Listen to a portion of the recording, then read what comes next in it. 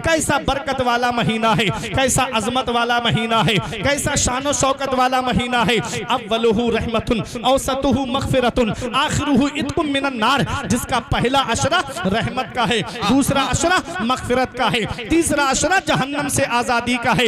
ऐसा मुबारक महीना, इस मुबारक महीने में नए नए बीमार निकल के आएंगे, पूरी साल हट्टा कट्टा रहेंगे, और जैसे ही रमजान का महीना आएगा बीमारियों का बहाना करने लगेंगे। अरे कोई ऐसी बीमारी हो जिसके लिए किसी शरीयत के जानने वाले बाशरा हाजिक माहिर हकीम ने यह बता दिया हो कि इसको रोजा रखेगा तो इसकी जान को खतरा है, ऐसे अगर ऐसी कोई बीमारी है तब तो रोजा माफ है, तो उस वक्त नहीं रखा जाएगा मेरे अजीजों। लेकिन आओ मैं आपको बताऊं, किसी के सर में दर्द है वो भी रोजा छोड़ देता है, किसी के हल्का सा पेट में दर्द हुआ उसने भी रोजा छोड़ दिया। कोई कहता है मैं बीपी का मरीज हूं, कोई कहता है मैं शुगर का मरीज हूं, कोई कहता है मेरे अंदर फला बीमारी है, कोई कहता है मेरे अंदर फला बीमारी है, मैं रोजा रखूंगा तो मेरा ये हो जाएगा। अब आपसे मैं पूछना चाहता हूं, पैगंबर इस्लाम ने फरमाया सूमू तसाहु, रोजा रखो सेहतमंद हो जाओगे, रोजा रखो सेहतमंद हो जाओगे। दुनिया के तमाम डॉक्टर जो है उनकी बात इतनी सच्ची नहीं है जितनी सच्ची बात मदीने वाले मुस्तफा की है। वो जितने डॉक्टर हैं, जितने हकीम हैं, ये सब कहां से सीखते हैं मेरे अजीजों? इन्होंने किताबों से सीखा है, और किताबों के अंदर जो हकीमों ने मवाद जमा किया है वो कहां से जमा किया है? वो कुरान और हदीस से जमा किया है। और कुरान और हदीस क्या है? कुरान मेरे नबी पर नाजिल हुआ है और हदीस फरमाने मुस्तफा। सुभान अल्लाह, सुभान अल्लाह, नारे तकबीर, नारे रिसालत, मसलके आला हजरत हजरत अल्लामा मुफ्ती फुरकान रजा मंजरी साहिब क़िबला खलीफा हुजूर हसन मिल्लत, नारे तकबीर। आज अगर डॉक्टर साहब कह दें चावल नहीं खाना है तो छोड़ देगा, है ना? अल्लामा साहब कहा चावल नहीं खाना, नहीं खाएगा। कहा क्यों? कहा डॉक्टर साहब ने मना किया है। डॉक्टर साहब ने कह दिया कि मीठे को हाथ नहीं लगाना है, शुगर बढ़ जाएगी, हाथ नहीं लगाएगा। चाहे कितनी भी अच्छी नेमतें लाके मिठाई की रख दीजिए आप। हमने कहा क्यों नहीं खा रहे हो? कहा डॉक्टर साहब ने मना किया है। डॉक्टर की बात पे इतना भरोसा, और अल्लाह फरमा रहा है यनहा अनिल फहशाई वल मुनकरी वल बगी, और अल्लाह तुम्हें हुक्म दे मना कर रहा है कि तुम बेहयाई मत करो, बुरी बातों से बाज रहो, जुल्म करने से बाज रहो। क्या आज हम उसके फरमान पर अमल किए? क्या आज हमने उसके फरमान को माना? डॉक्टर की बात पे इतना भरोसा, और अल्लाह के फरमान पे हमारा भरोसा नहीं, नबी के फरमान पे हमारा भरोसा नहीं। अल्लाह फरमा रहा है या अय्युहल्लज़ीना आमनू कुतिबा अलैकुमुस्सियाम कमा कुतिबा अलल्लज़ीना मिन क़ब्लिकुम लअल्लकुम तत्तक़ून। ऐ ईमान वालों, तुम पर रमजान शरीफ के रोजे रखने फर्ज कर दिए गए जैसे तुमसे अगले वालों पे फर्ज किए गए थे। क्यों फर्ज हुए? लअल्लकुम तत्तक़ून, ताकि तुम परहेजगार बन जाओ, तुम मुत्तकी बन जाओ, तुम परहेजगार बन जाओ। और रमजान शरीफ के महीने में तकवे की झलक दिखती भी है, दिखती है कि नहीं दिखती है? रमजान से पहले शराब की दुकान की तरफ चला जाता था, लेकिन जब से रमजान शरीफ का महीना आया उसने मुड़ के भी नहीं देखा उधर। कितने लोग हैं कि कभी जुए की तरफ चले जाते थे, लेकिन रमजान शरीफ का महीना आया कभी उसकी तरफ आंख भी उठा के नहीं देखी। तो पूरा महीना रमजान शरीफ के महीने में तकवे की झलक दिखती भी है, लेकिन कुछ लोग हैं जो अल्लाह की रजा के लिए रोजा रखते हैं, और कुछ लोगों का हाल तो ये है कि पूरा पूरा दिन मोबाइल चलाएंगे, एक वक्त की नमाज पढ़ने नहीं जाएंगे, और शाम को बैठेंगे इफ्तार करने के लिए। बाज तो ऐसे हैं कि सहरी भी खाते हैं और दिन में भी खाते हैं, और इफ्तार में बैठेंगे आके सबसे आगे। और मस्जिद में मैंने देखा है इफ्तार के लिए अगर कोई ऐलान कर देना फला साहब की तरफ से आज इफ्तार पार्टी है, तो वो सबसे आगे जाकर के बैठता है जिसने पूरे महीने रोजे नहीं रखे होते। जी जी बेशक, वो सबसे आगे बैठेगा जाके और ऐसे कहेगा अरे इधर लाओ, मुझे दो, ये दो, वो दो, और उसके घर का हाल उसके घर वाले बता देते हैं कि ये कैसा है। मेरे अजीजों, ये रमजान शरीफ का महीना है, एक रोजा बिला उज़्र शरई अगर जानबूझ के कोई छोड़ दे और उसके बदले में अगर पूरी जिंदगी रोजे रखे तो उस एक रोजे की फजीलत को नहीं पहुंचेगा। जी जी बेशक, सुभान एक अल्लाह। रोजे की फजीलत को कितना सवाब है रमजान शरीफ के महीने का। तो आज डॉक्टरों की बात हम मानते हैं। डॉक्टर ने कहा मीठा खाओगे तो शुगर बढ़ जाएगी, तकलीफ हो जाएगी। अगर नमक ज्यादा तेज तुमने इस्तेमाल किया तो बीपी बढ़ जाएगा, तेजाबियत की शिकायत हो जाएगी। ये डॉक्टर साहब की बात हम मानते हैं और आका फरमा रहे हैं सूमू तसाहू, रोजा रखो सेहतमंद हो जाओगे, रोजा रखो सेहतमंद हो जाओगे। क्या मतलब है इसका? रोजा रखो सेहतमंद हो जाओगे, पूरा दिन भूखे रहो सेहतमंद हो जाओगे, पूरा दिन पानी ना पियो सेहतमंद हो जाओगे, पूरा दिन खाना ना खाओ सेहतमंद हो जाओगे। तो यहाँ डॉक्टर साहब भी बैठे हैं, इनका तजर्बा डॉक्टरी एतबार से मुझसे ज्यादा है। मैं तो अपनी लाइन का आदमी हूं और ये डॉक्टरी लाइन के आदमी, आप इनसे भी पूछ लीजिए, ये भी आपको बताएंगे कि अगर लीवर के अंदर कुछ खराबी आ जाती है तो डॉक्टर लोग कहते हैं कम से कम 6-7 घंटे आदमी को अपना मुंह रोक लेना चाहिए ताकि लीवर तरोताजा हो जाए। ये मशीन जो है हमारी, आप मोटरसाइकिल को देखें, आप उसकी सर्विस बिल्कुल ना कराएं, मोबिल भी ना बदलवाएं और पूरी साल उसको चलाएं तो बताओ क्या इंजन काम करेगा? जी नहीं करेगा। एक दिन आएगा कि इंजन बैठ जाएगा, बंद हो जाएगी गाड़ी। यही हाल हमारे पेट का है। पूरी साल हम तला भुना खाते हैं, पूरी साल रंग रोगन की ग़िज़ाएं खाते हैं, पूरी साल। अब तो ओरिजिनल तो तेल भी नहीं मिल रहा है, रिफाइंड और पता नहीं किस किस चीज का बना हुआ हम खाना खाते हैं, जो आज हार्ट का सबब बन रहा है। तेल ओरिजिनल खाया करो। बात आ गई तो बता दूं मैं आपको, ये थोड़ा सा लालच मत किया करो कि जो 110 रुपए 120 रुपए का मिल रहा है, ओरिजिनल तेल 180 रुपए का मिल रहा है, तो कुछ तो फर्क है। जी जी बेशक। अगर हमारी गाड़ी का मोबिल ही अगर खराब हो तो बताओ गाड़ी का इंजन खराब हो जाएगा। ऐसे ही तेल जो है वो मोबिल की हैसियत रखता है खाने में। जी जी अगर वही सही नहीं होगा तो नसें ब्लॉक हो जाएंगी। मेरे अजीजों, ये रोजे की बात आ गई है, ये इंसान की जिंदगी से रिलेटेड बात है, इसलिए मैंने बता दी।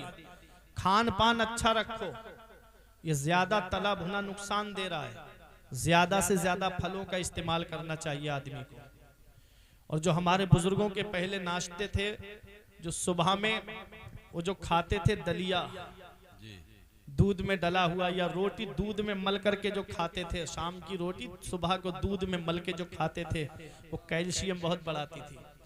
आज सुबह को उठना है तो जैसे ही आंख खुल रही है पहले चाय जा रही है जो खून को पतला कर, जो गाढ़ा कर देती है, और खून को जो है इंसान के खून के अंदर ऐसी मिलावट कर देती है। चाय इतना नुकसान दे रही है इंसान के जिस्म को कि न जाने कितने लोग जो है वो गैस के मरीज हो गए। जी जी बेशक। चाय, ज्यादा चाय, अल्लाह माफ करे। मैं चंद बातें जो आपको बता रहा हूं। रोजा क्या है? आका ने फरमाया सूमू तसाहू, रोजा रखो सेहतमंद हो जाओगे। तो सेहतमंद कैसे होगा आदमी? तो डॉक्टरी एतबार से तो ये है कि जब इंसान 7-8 घंटे के लिए अपने मुंह को रोक लेता है तो लीवर को आराम मिल जाता है, और जब लीवर को आराम मिल जाता है 1 महीना, तो उसका लीवर तरोताजा हो जाता है। पूरी साल जो हमने ग़िज़ाएं खाई है जिसकी वजह से हमारा लीवर कमजोर हो गया है, 1 महीने के रोजे रखने से आदमी का लीवर तरोताजा हो जाता है। फिर वो पूरी साल अल्लाह की नेमतें खाए तो उसका लीवर उन नेमतों को हजम करता रहे। सुभान अल्लाह बेशक। ये हुआ वो। और दीनी एतबार से फायदा क्या है रमजान शरीफ के रोजे रखने का? कि रोजा कयामत के दिन इंसान की शफाअत करेगा, ढाल बन जाएगा, जहन्नम से ढाल बन जाएगा, जाने नहीं देगा जहन्नम में। कहेगा मौला पूरे पूरे दिन शिद्दत की गर्मी में, जाड़े में इसने भूखा प्यासा रह के मुझे रखा है, मौला इसको मैं जहन्नम में जाने नहीं दूंगा। अल्लाह रोजे की सिफारिश को कबूल करेगा। सुभान अल्लाह सुभान अल्लाह। क्या जन्नत में नहीं जाना हमको?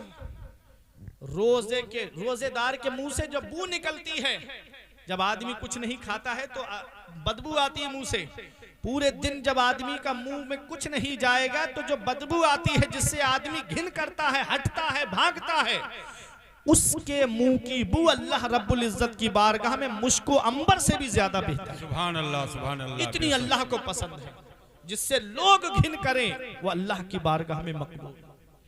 मेरे अजीजों, जब अल्लाह की इबादत करोगे, जब अल्लाह तबारक व तआला की बंदगी करोगे और रमजान शरीफ के रोजे रखोगे तो तकवा आ जाएगा तुम्हारे अंदर, परहेजगारी आ जाएगी तुम्हारे अंदर।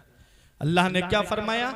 इन्नल्लाह यअमुरु बिल अदली वल इहसान, बेशक अल्लाह हुक्म देता है तुमको भलाई का, एहसान, अदल का, इंसाफ का, भलाई का और अहले कराबत को उनका हक देने का, रिश्तेदारों को उनके हक देने का।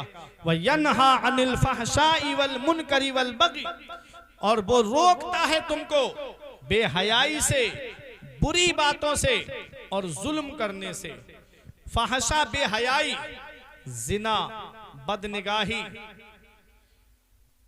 शराब नोशी, चोरी, इन चीजों से अल्लाह रोक रहा है। और मुनकर, मुनकर में दिखावा, उजुब, हद से ज्यादा फजूल खर्ची। आमदनी 100 रुपए है और खर्चा करने के लिए 500 रुपए दूसरों से कर्ज लेके भी खर्च कर दे रहा है। कुरान कहता है इन्नल मुबज्जिरीना कानू इखवान शयातीन, फजूल खर्ची करने वाले शैतान के भाई हैं। जी जी बेशक, सुभान अल्लाह। शैतान के भाई हैं फजूल खर्ची करने वाले। और आज फजूल खर्ची यही नहीं कि जो आज हम अपने घरों में फजूल खर्ची करते हैं। अब मेरी तकरीर खत्म होने की तरफ आ रही है। फजूल खर्ची यही नहीं, फजूल खर्ची शादियों में भी हो रही है, फजूल खर्ची ब्याह शादी के मौकों पर भी हो रही है। ये तो सुफियान भाई के भाई हैं जिन्होंने अपने भाई के निकाह के मौके पे पैगंबर इस्लाम के जिक्र की महफिल को सजाया, मदीने वाले मुस्तफ़ा के जिक्र की महफिल को सजाया, जिन्होंने मौका दिया है आप लोगों को आज की रात में नेकियां कमाने का। इन्होंने मौका दिया आज की रात में कि तुम अपने नामे आमाल में नेकियों का इजाफा करो। मेरे अजीजों, ऐसी रातें हर एक के नसीब में नहीं होती। कुछ ऐसे भी भाई होते हैं और उनके ऐसे भी दोस्त होते हैं जो कहते हैं कि मेरे भाई की शादी है, बड़े धूमधाम से करूंगा। कोई डांस पार्टी ला करके नचवाता है, कोई बैंड बाजे के साथ में बारात लेकर के जाता है। मैं एक सवाल आपसे करता हूं, कहां जा रहे हो? निकाह करने जा रहे हो। और निकाह क्या है? आका फरमाते अन निकाहु मिन सुन्नती फमन रगेबा अन सुन्नती फलैसा मिन्नी। आका फरमाते निकाह मेरी सुन्नत है। क्या फरमाया आका ने? निकाह मेरी सुन्नत है और जिसने मेरी सुन्नत से एराज किया, रू गर्दानी की, चेहरा फेरा, फलैसा मिन्नी, वो मुझसे नहीं है, मेरे तरीके पे नहीं है। निकाह नबी की सुन्नत है और सुन्नत को अदा करने के मौके पे हम दरवाजे पे डांस पार्टी ला करके नचवाएं, हम अपने अजीज की शादी में बैंड ला करके बजवाएं। मुझे बताओ, ये शादी में नबी की सुन्नत को अदा करते वक्त अगर हम शैतान को शामिल कर लेंगे तो क्या उस शादी में बरकत होगी? क्या उस शादी में अल्लाह की रहमतें नाजिल होगी? शादी का कार्ड छपवाएंगे तो लिखवाएंगे शादी मुबारक। ये हमारे रोशन भाई हैं, इनका काम है प्रिंटिंग का। ये आप देखिए इनके पास कितने शादी कार्ड आते होंगे। ये बड़ा बड़ा लिखते हैं शादी मुबारक। मुबारक का माना जानते हो? बारका युबारे को बरकत से बना मुबारक, जिसके माना है ऐसी शादी जिसमें अल्लाह की बरकतें हो, ऐसी शादी जिसमें अल्लाह की रहमतें नाजिल हो। एक बार दिल पे हाथ रख के मुझे बताओ कटलिया वालों कि जिस शादी में बैंड बजे, क्या उस शादी में अल्लाह की रहमतें होंगी? जिस शादी में डांस पार्टी आकर के नाचे, क्या उस शादी में बरकतें होंगी? जिस शादी में औरतें एक हफ्ता पहले घर में ढोल बजाना शुरू कर दें, क्या उस शादी में अल्लाह की बरकतें होंगी? मेरे अजीजों, बरकतें कहां से होती हैं? अल्लाह की रहमतें कैसे नाजिल होती है? अरे जब रत जगह से पहले सुबह का जब दिन आए तो फजर के बाद घर में कुरान खानी कराओ, और जब शाम का वक्त आए अल्लाह और उसके रसूल की जिक्र की महफिल को सजाओ, और जब दूल्हा बन जाए औरतों से कहो पर्दे में रहो, वहां पर मुस्तफा जाने रहमत पे सलातो सलाम पढ़वाओ। फिर उसके बाद बारात लेकर के चलो, और बारात भी ऐसी लेकर के चलो। शादी करो तो ऐसी करो सादगी के साथ, शादी करो तो ऐसी करो सादगी के साथ जैसे अली का अक्द हुआ फातिमा फातिमा के साथ जरदार देखकर न जमींदार देखकर रिश्ता करो नबी का वफादार देख। सुभान अल्लाह सुभान अल्लाह सुभान अल्लाह माशाअल्लाह माशाअल्लाह बहुत अच्छे सुभान अल्लाह। वफादार देखकर मेरे अजीजों शादी करो तो ऐसी करो सादगी के साथ जैसे अली का अक्द हुआ फातिमा के साथ। बेशक सुभान अल्लाह। निकाह नबी की सुन्नत है। होना तो ये चाहिए था कि जब निकाह करने के लिए जाते तो हम निकाह मस्जिद में होना चाहिए। इमाम साहब तशरीफ फरमा है, बेहतरीन आलिम है। निकाह मस्जिद में होना चाहिए। मस्जिद में निकाह का फायदा क्या है? बात मस्जिद में निकाह का ये नहीं कि पूरी बारात मस्जिद में ही बिठा दो आप ले जाके। हाँ, कहीं सोचो कि आप शादी हाल में नहीं लेके जाएंगे, बारात सीधी मस्जिद में लेके जाएंगे। जी जी। मतलब ये नहीं है उसका। मतलब ये है कि दूल्हा नमाज पढ़े मस्जिद में जाकर के और वहीं बैठ जाए। जो ईजाबो कबूल हो, नमाजी बैठे हो, उन नमाजियों के सामने ईजाबो कबूल हो जाए, उसके बाद आप बैठ बेशक जाए। बेशक। ये निकाह है। इससे दो फायदे हैं। देखो, मस्जिद में निकाह जो होता है उससे कुछ ना कुछ तो फायदा होगा। आका के हर काम में हिकमत है। जी जी। डॉक्टर साहब, मस्जिद में निकाह का कुछ तो फायदा होगा। मस्जिद में निकाह का एक फायदा तो ये है कि मस्जिद के अंदर कोई नापाक नहीं जाता है। बेशक बेशक सुभान अल्लाह सुभान अल्लाह। मस्जिद में कोई नापाक नहीं जाता है। जो भी आता है पाक आता है। ये नापाक क्या है? आका फरमाते हैं, जिस घर में कुत्ता हो, जानदार की तस्वीर लगी हो, फोटो लगा हो, और जिस घर में जुनबी हो जिस पर गुस्ल वाजिब हो और वो गुस्ल ना करे, उस घर में अल्लाह की रहमत के फरिश्ते नहीं आते। नापाक जिस घर में हो उस घर में अल्लाह की रहमत के फरिश्ते नहीं आते हैं। आदमी कहता है कमाते बहुत है मौलाना साहब, 5-5 भाई कमा रहे हैं लेकिन बरकत नहीं हो रही है। इधर पैसा आया उधर चला गया, इधर दौलत आई उधर चली गई। ऐ लोगों, अपने घरों का जायजा लो। रात में हम 2-2, 3-3 बजे तक मोबाइल चलाते हैं और सुबह फजर में पड़े पड़े बिस्तर पे सोते रहते हैं। सुबह पड़े पड़े बिस्तर पे सो रहे हैं। जब रोजी तकसीम का वक्त होता है, सुबह के वक्त रोजी तकसीम होती है, उस वक्त हम बिस्तर पे पड़े पड़े सो रहे हैं। अरे गैर मुस्लिमों को देखो, जब उनकी बस्तियों से हम गुजरते हैं तो देख करके हमको अफसोस होता है कि मुसलमान पड़े पड़े सो रहे हैं और वो कोई अपने दरवाजे पे झाड़ू दे रहा है, कोई पानी छिड़क रहा है, कोई निकल करके टहल रहा है, वो जाग रहे हैं और हम बिस्तरों पे पड़े पड़े सो रहे हैं। फिर रोना रो रहे मुसलमान परेशान बहुत है, मुसलमान सताया बहुत जा रहा है। वो जर्रा पे वो पत्ता पेड़ से गिर जाता है जो अल्लाह के जिक्र से गाफिल हो जाता, वो जानवर ज़िबह कर दिया जाता है जो अल्लाह के जिक्र से गाफिल हो जाता है, वो मछली शिकार हो जाती है जो अल्लाह के जिक्र से गाफिल हो जाती है, वो घास काट ली जाती है जो अल्लाह के जिक्र से गाफिल हो जाती है। मेरे अजीजों, अपने रब की बारगाह में आओ, अपने रब की बारगाह में झुक जाओ। तुमने 3-4 साल पहले कोरोना काल में नहीं देखा, हमने अपनी आंखों से देखा। एक एक घर में 3-3 जनाजे हमने अपनी आंखों से देखे। बड़े बड़े दौलत वाले, पैसे वाले गंगा नदी के किनारे पे गोरो कफन पड़े हुए थे। इन्ना बत्शा रब्बिका लशदीद, तेरे रब की पकड़ बहुत सख्त है। जब अल्लाह पकड़ता है तो फिर कोई छुड़ाने वाला नहीं मिलता। मेरे अजीजों, बड़े बड़े दौलत वाले, पैसे वाले बेगोरो कफन पड़े हुए थे। किस्मत वाला है वो बाप जो औलाद के कांधे पे कब्रिस्तान चला जाए। नसीब वाली है वो औलाद जो बाप के कांधे पे कब्रिस्तान चली जाए। किस्मत वाला है वो रिश्तेदार जो रिश्तेदार के कांधे पे कब्रिस्तान चला जाए। किस्मत वाला है वो पड़ोसी जो पड़ोसी के कांधे पे कब्रिस्तान चला जाए। जाना सभी को है कटलिया वालों, इस हाल में दुनिया से मत जाना। इधर जनाजा उठे, उधर मोहल्ले के लोग कहें एक जुआरी का जनाजा जा रहा है, एक शराबी का जनाजा जा रहा है, एक अय्याश का जनाजा जा रहा है, आलिम और इमामों की बुराई करने वाले का जनाजा जा रहा है। इस हाल में मत जाना, बल्कि इस हाल में जाना इधर जनाजा उठे उधर आलिम साहब कहें गद्दार मुस्तफा का नहीं, वफादार मुस्तफा का जनाजा जा रहा है। गुलाम रसूल का जनाजा जा रहा है, आशिक रसूल का जनाजा जा रहा है। जब इस हाल में जाओगे तो यही कहोगे ये नाज ये अंदाज हमारे नहीं होते, दामन में अगर टुकड़े तुम्हारे नहीं होते, बेदाम ही बिक जाइए बाजारे नबी में, इस शान के सौदे में खसारे नहीं होते, मिलती ना अगर भीख हुजूर आपके दर से, इस ठाट से मंगतों के गुजारे नहीं होते। नारे तकबीर, नारे रिसालत, मसलके आला हजरत, जिंदाबाद, हक़्क़े खिताबत, जिंदाबाद, नारे तकबीर, नारे रिसालत। बहुत अच्छे, सुभान अल्लाह, आए अच्छे काम करके दुनिया से जाओ, मुत्तकी बन के दुनिया से जाओ, परहेजगार बन के दुनिया से जाओ। किसी का घर बर्बाद करके अपना घर आबाद मत करना। आका फरमाते हैं खैरुन नास मन यनफउन नास, लोगों में बेहतर वो है जो दूसरों को फायदा पहुंचाए, बेशक, सुभान जो अल्लाह, दूसरों को नफा पहुंचाए। तो मस्जिद में निकाह का एक फायदा तो यह है कि मस्जिद में कोई नापाक नहीं आता है, जो भी आता है वो पाक आता है। बेशक, बेशक, जब सुभान पाकों की मौजूदगी में निकाह होगा तो उस निकाह में अल्लाह की रहमतें होंगी। और दूसरा फायदा मस्जिद में यह है कि मस्जिद खुदा का घर है और अल्लाह के घर में अल्लाह की रहमतें नाजिल होंगी। सुभान अल्लाह, सुभान तो जो अल्लाह, निकाह मस्जिद में होगा उस निकाह में अल्लाह की रहमतें नाजिल होंगी। जी, बेशक, तो ये मेरे आका हुजूर सल्लल्लाहु अलैहि वसल्लम की महबूब सुन्नत है निकाह।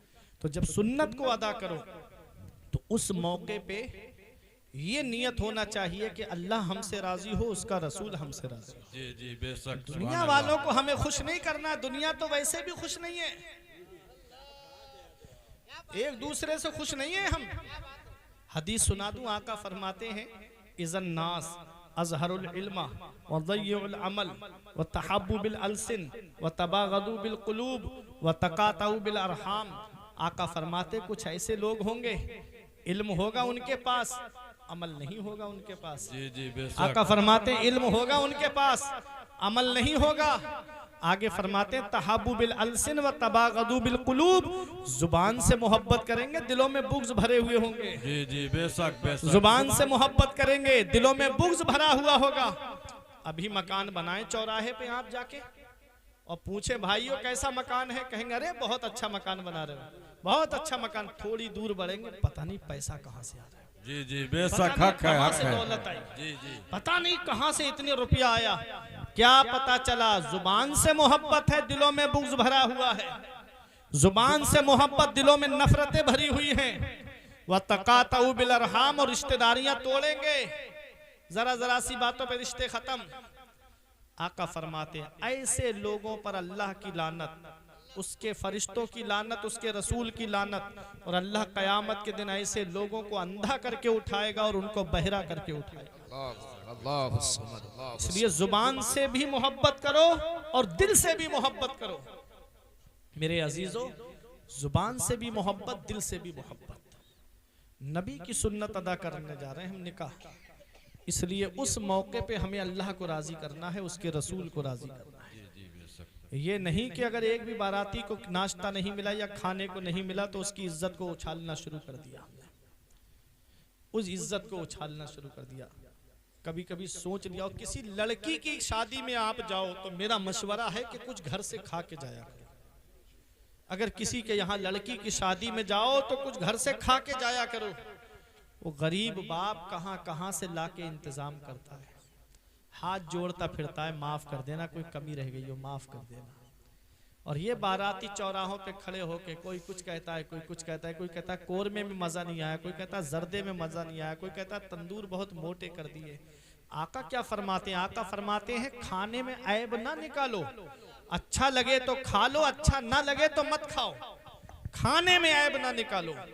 ये आका की हदीस है, हमें किसी के खाने में ऐब नहीं निकालना है। बाज लोग होते मेहमानी में जाते हैं, मेहमान नवाजी के लिए औरतें गर्मी के आलम में पूरे दिन किचन में खड़ी रहती हैं, खाना बनाती हैं, और अगर नमक तेज हो गया या मिर्च थोड़ी ज्यादा हो गई, ये वहीं पर शुरू हो गए कि अरे खाने में मजा नहीं आया। उनसे पूछो जो शिद्दत की गर्मी में खड़े होकर पूरे दिन खाना बनाया, तुम एक गिलास पानी लेने आंगन में नहीं जाते गर्मी की वजह से, और वो कितने घर के काम करती हैं। देखा करो, किसी के ऐबों को जाहिर मत करो, ऐबों को छुपाओ। आका फरमाते हैं जो किसी मुसलमान के ऐबों को छुपाएगा अल्लाह ताला क़यामत के दिन उसके ऐबों को छुपाएगा। सुभान अल्लाह बेशक। बेहयाई से रुको, बुरी बातों से रुको और जुल्म करने से रुको। जुल्म अगर घर में होता है तो घर बर्बाद हो जाता है, जुल्म मोहल्ले में होता है तो मोहल्ला बर्बाद हो जाता है, जुल्म कस्बे में होता है तो कस्बा बर्बाद हो जाता है, जुल्म शहर में होता है तो शहर बर्बाद हो जाता है, जुल्म सूबे में होता है तो सूबा बर्बाद हो जाता है, जुल्म मुल्क में होता है तो मुल्क तबाह हो जाता है। जी बेशक। इसलिए जुल्म से रुको, जुल्म से बाज आओ। अल्लाह ने हुक्म दिया हमें इंसाफ करने का, भलाई करने का और रिश्तेदारों को उनके हक देने का, और रोका हमें बेहयाई से, बुरी बातों से और जुल्म करने से। ये नसीहत है अल्लाह की तुमको, अगर तुम इस याद रखो। अल्लाह यअमुरु बिल अदली वल इहसान, बेशक अल्लाह हुक्म देता है इंसाफ का, भलाई का और अहले कराबत को देने का।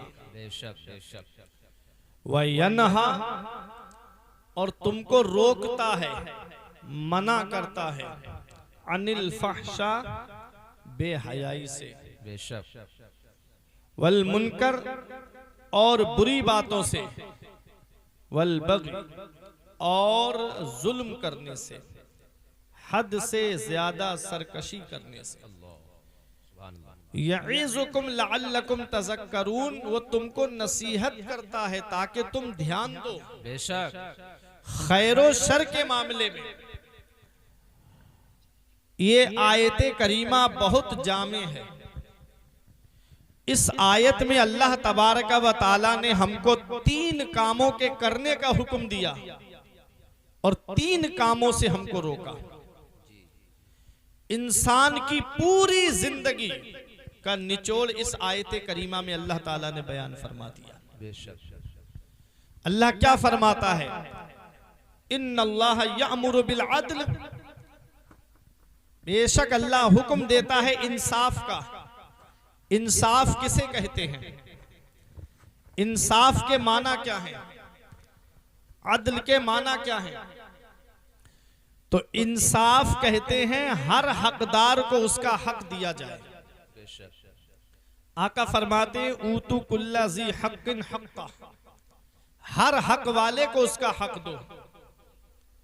पड़ोसियों के भी हक हैं, रिश्तेदारों के भी हक हैं, माँ बाप के भी हक हैं, औलाद के भी हक हैं, भाई बहनों के भी हक हैं, बीबी के भी हक हैं, शौहर के भी हक हैं, आलिमों के भी हक हैं, अवाम के भी हक हैं। एक है हुकूकुल्लाह, अल्लाह के हक, और दूसरे हैं हुकूकुल इबाद, बंदे के हक। अल्लाह तबारक व ताला के हुकूक में कोताही हो गई तो अल्लाह तबारक व ताला के फजलो करम से ये उम्मीद है कि अल्लाह ताला अपने फजल से अपने हक माफ फरमा दे। लेकिन जो बंदे का हक है वो अल्लाह कयामत में माफ नहीं फरमाएगा। जब तक वो बंदा माफ नहीं करेगा, जब तक बंदा माफ नहीं करेगा अल्लाह ताला माफ नहीं फरमाएगा। और हुकूकुल इबाद में सबसे बड़ा हक जिसका है वो माँ बाप है।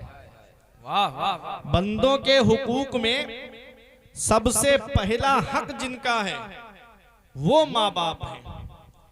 माँ बाप का जिक्र आप कुरान में देखेंगे, अल्लाह तबारक व ताला ने जहां जहां अपने हक बयान फरमाए हैं ठीक उसी के बाद अल्लाह ने माँ बाप के हक बयान फरमाए। आप कुरान पढ़ के देखिए, अल्लाह ने कई मकामात पर हुक्म दिया कि अल्लाह के सिवा किसी की बंदगी ना करो और अपने माँ बाप के साथ भलाई करो, अपने माँ बाप के साथ हुस्न सुलूक करो, शुक्र अदा करो अल्लाह का और एहसान मानो अपने माँ बाप का, उनका भी शुक्रिया अदा करो। अल्लाह ने कई जगह कुरान में माँ बाप की अजमत और शान को बयान फरमाया। मेरे अजीजों, माँ बाप अल्लाह की वो अजीम नेमत है, जिस दिन इनका इंतकाल हो जाता है उस दिन हमको पता चलता है कि आज कितना बड़ा साया मेरे घर से चला गया। जब तक वो जिंदा होते हैं हम उनकी कद्र नहीं करते, जब तक वो हयात होते हैं हम उनके हुकूक को अदा करने में कोताही करते हुए नजर आते हैं, और जब वही माँ बाप दुनिया से चले जाएं तो फिर हम आंसू बहाते हैं कि कोई मुझे सच्चे दिल से दुआ देने वाला मिल जाता। आज इस दौर में हर एक की दुआ में आपको कुछ ना कुछ मतलब मिलेगा। आज यहां दुनिया में हर एक की मोहब्बत में कोई ना कोई मतलब आपको मिलेगा। इस दौर में, जिस दौर में हम जी रहे हैं, ये मिलावटी दौर कहलाता है। इसमें दूध में आपको मिलावट मिलेगी, चीनी में, घी में आपको मिलावट मिलेगी, दालों में, आटे में, चावल में आपको मिलावट मिलेगी, अक्सर खाने पीने की अशिया में आपको मिलावट मिलेगी। इस मिलावटी दौर में अगर बगैर मिलावट के कोई चीज है तो वो माँ बाप की मोहब्बत है, जिसमें कोई मिलावट नहीं होती है। जो अपनी औलाद से मोहब्बत करते हैं तो सच्ची मोहब्बत। आज वही माँ बाप बुढ़ापे की दहलीज पे पहुंचे तो आज हम उनकी खिदमत से पल्ला झाड़ लेते हैं। वो बाप जो लाखों रुपये औलाद की तालीम पे खर्च करता है, वो बाप जो लाखों रुपये अपने बच्चों की पढ़ाई पे खर्च करता है, आज वही बच्चे जब थोड़ा बहुत कामयाब हो जाएं, कोई डॉक्टर बनता है, कोई इंजीनियर बनता है, कोई मास्टर बनता है, कोई प्रोफेसर बनता है। मैं सबको नहीं कहता, बड़े बड़े वफादार बेटे भी हैं, लेकिन कुछ लोग मैंने ऐसे देखे कि कोई शहर में हॉस्पिटल बना के रह रहा है, कोई शहर में ऑफिस खोल के रह रहा है, और माँ बाप गांव के अंदर इंतजार करते कि शबे बारात पे बेटा घर पे आ जाता, ईद के मौके पे बेटा घर पे आ जाता, एक आध रोजा मेरे साथ में बैठ करके इफ्तार कर लेता, बकरा ईद के मौके पे इंतजार करते, काश बेटे के कदम घर में आ जाते। और बेटा है, और बाज तो ऐसे है कि अगर बाहर चले गए जॉब के लिए तो वहीं से फोन करके कहते हैं कि अब्बा के कफन दफन में जितना पैसा लगेगा मैं दे दूंगा, मुझे वीडियो कॉल पे दिखा देना। अल्लाह अकबर। मेरे अजीजों, मैं आपसे पूछना चाहता हूं, पैसों के लिए भेजते हैं बच्चे अरब हम, पैसों के लिए भेजते हैं बच्चे अरब हम, खुशियों की घड़ी आई तो बच्चे नहीं आए। किस काम की परदेश में फिर ऐसी कमाई, किस काम की परदेश में फिर ऐसी कमाई, जब माँ के जनाजे पे ही बेटे नहीं आए। किस काम की परदेश में फिर ऐसी कमाई, जब माँ के जनाजे पे ही बेटे नहीं आए। मेरे अजीजों, ये माँ है, ये बाप है। जैसे दूसरा काबा नहीं, जैसे दूसरा गुम्बदे खजरा नहीं, ऐसे ही दूसरे माँ बाप नहीं। एक बार इनकी चारपाई जब घर से उड़ जाती है, उस दिन हमें एहसास होता है कि आज कितनी बड़ी सपोर्ट मेरे घर से चली गई, आज कितना बड़ा साया मेरे घर से चला गया। आओ, अल्लाह का कुरान क्या कहता है, 15वां पारा अल्लाह फरमाता है, वक़ज़ा रब्बुका अल्ला तअबुदू इल्ला इय्याहु व बिल वालिदैनि इहसाना इम्मा यबलुगन्ना इंदकल किबरा अहदुहुमा व किलाहुमा फला तकुल लहुमा उफ़्फ़िन वला तनहरहुमा व कुल लहुमा क़ौलन करीमा। अल्लाह फरमाता है, हुक्म दिया तेरे रब ने कि अपने रब के सिवा किसी की बंदगी ना करो, और अपने माँ बाप के साथ में हुस्न सुलूक करो, अपने माँ बाप के साथ में भलाई करो। जब वो दोनों बुढ़ापे को पहुंच जाएं, या उनमें का कोई एक बुढ़ापे को पहुंच जाए, तो उसे उफ भी नहीं कहना, उसे झिड़कना नहीं।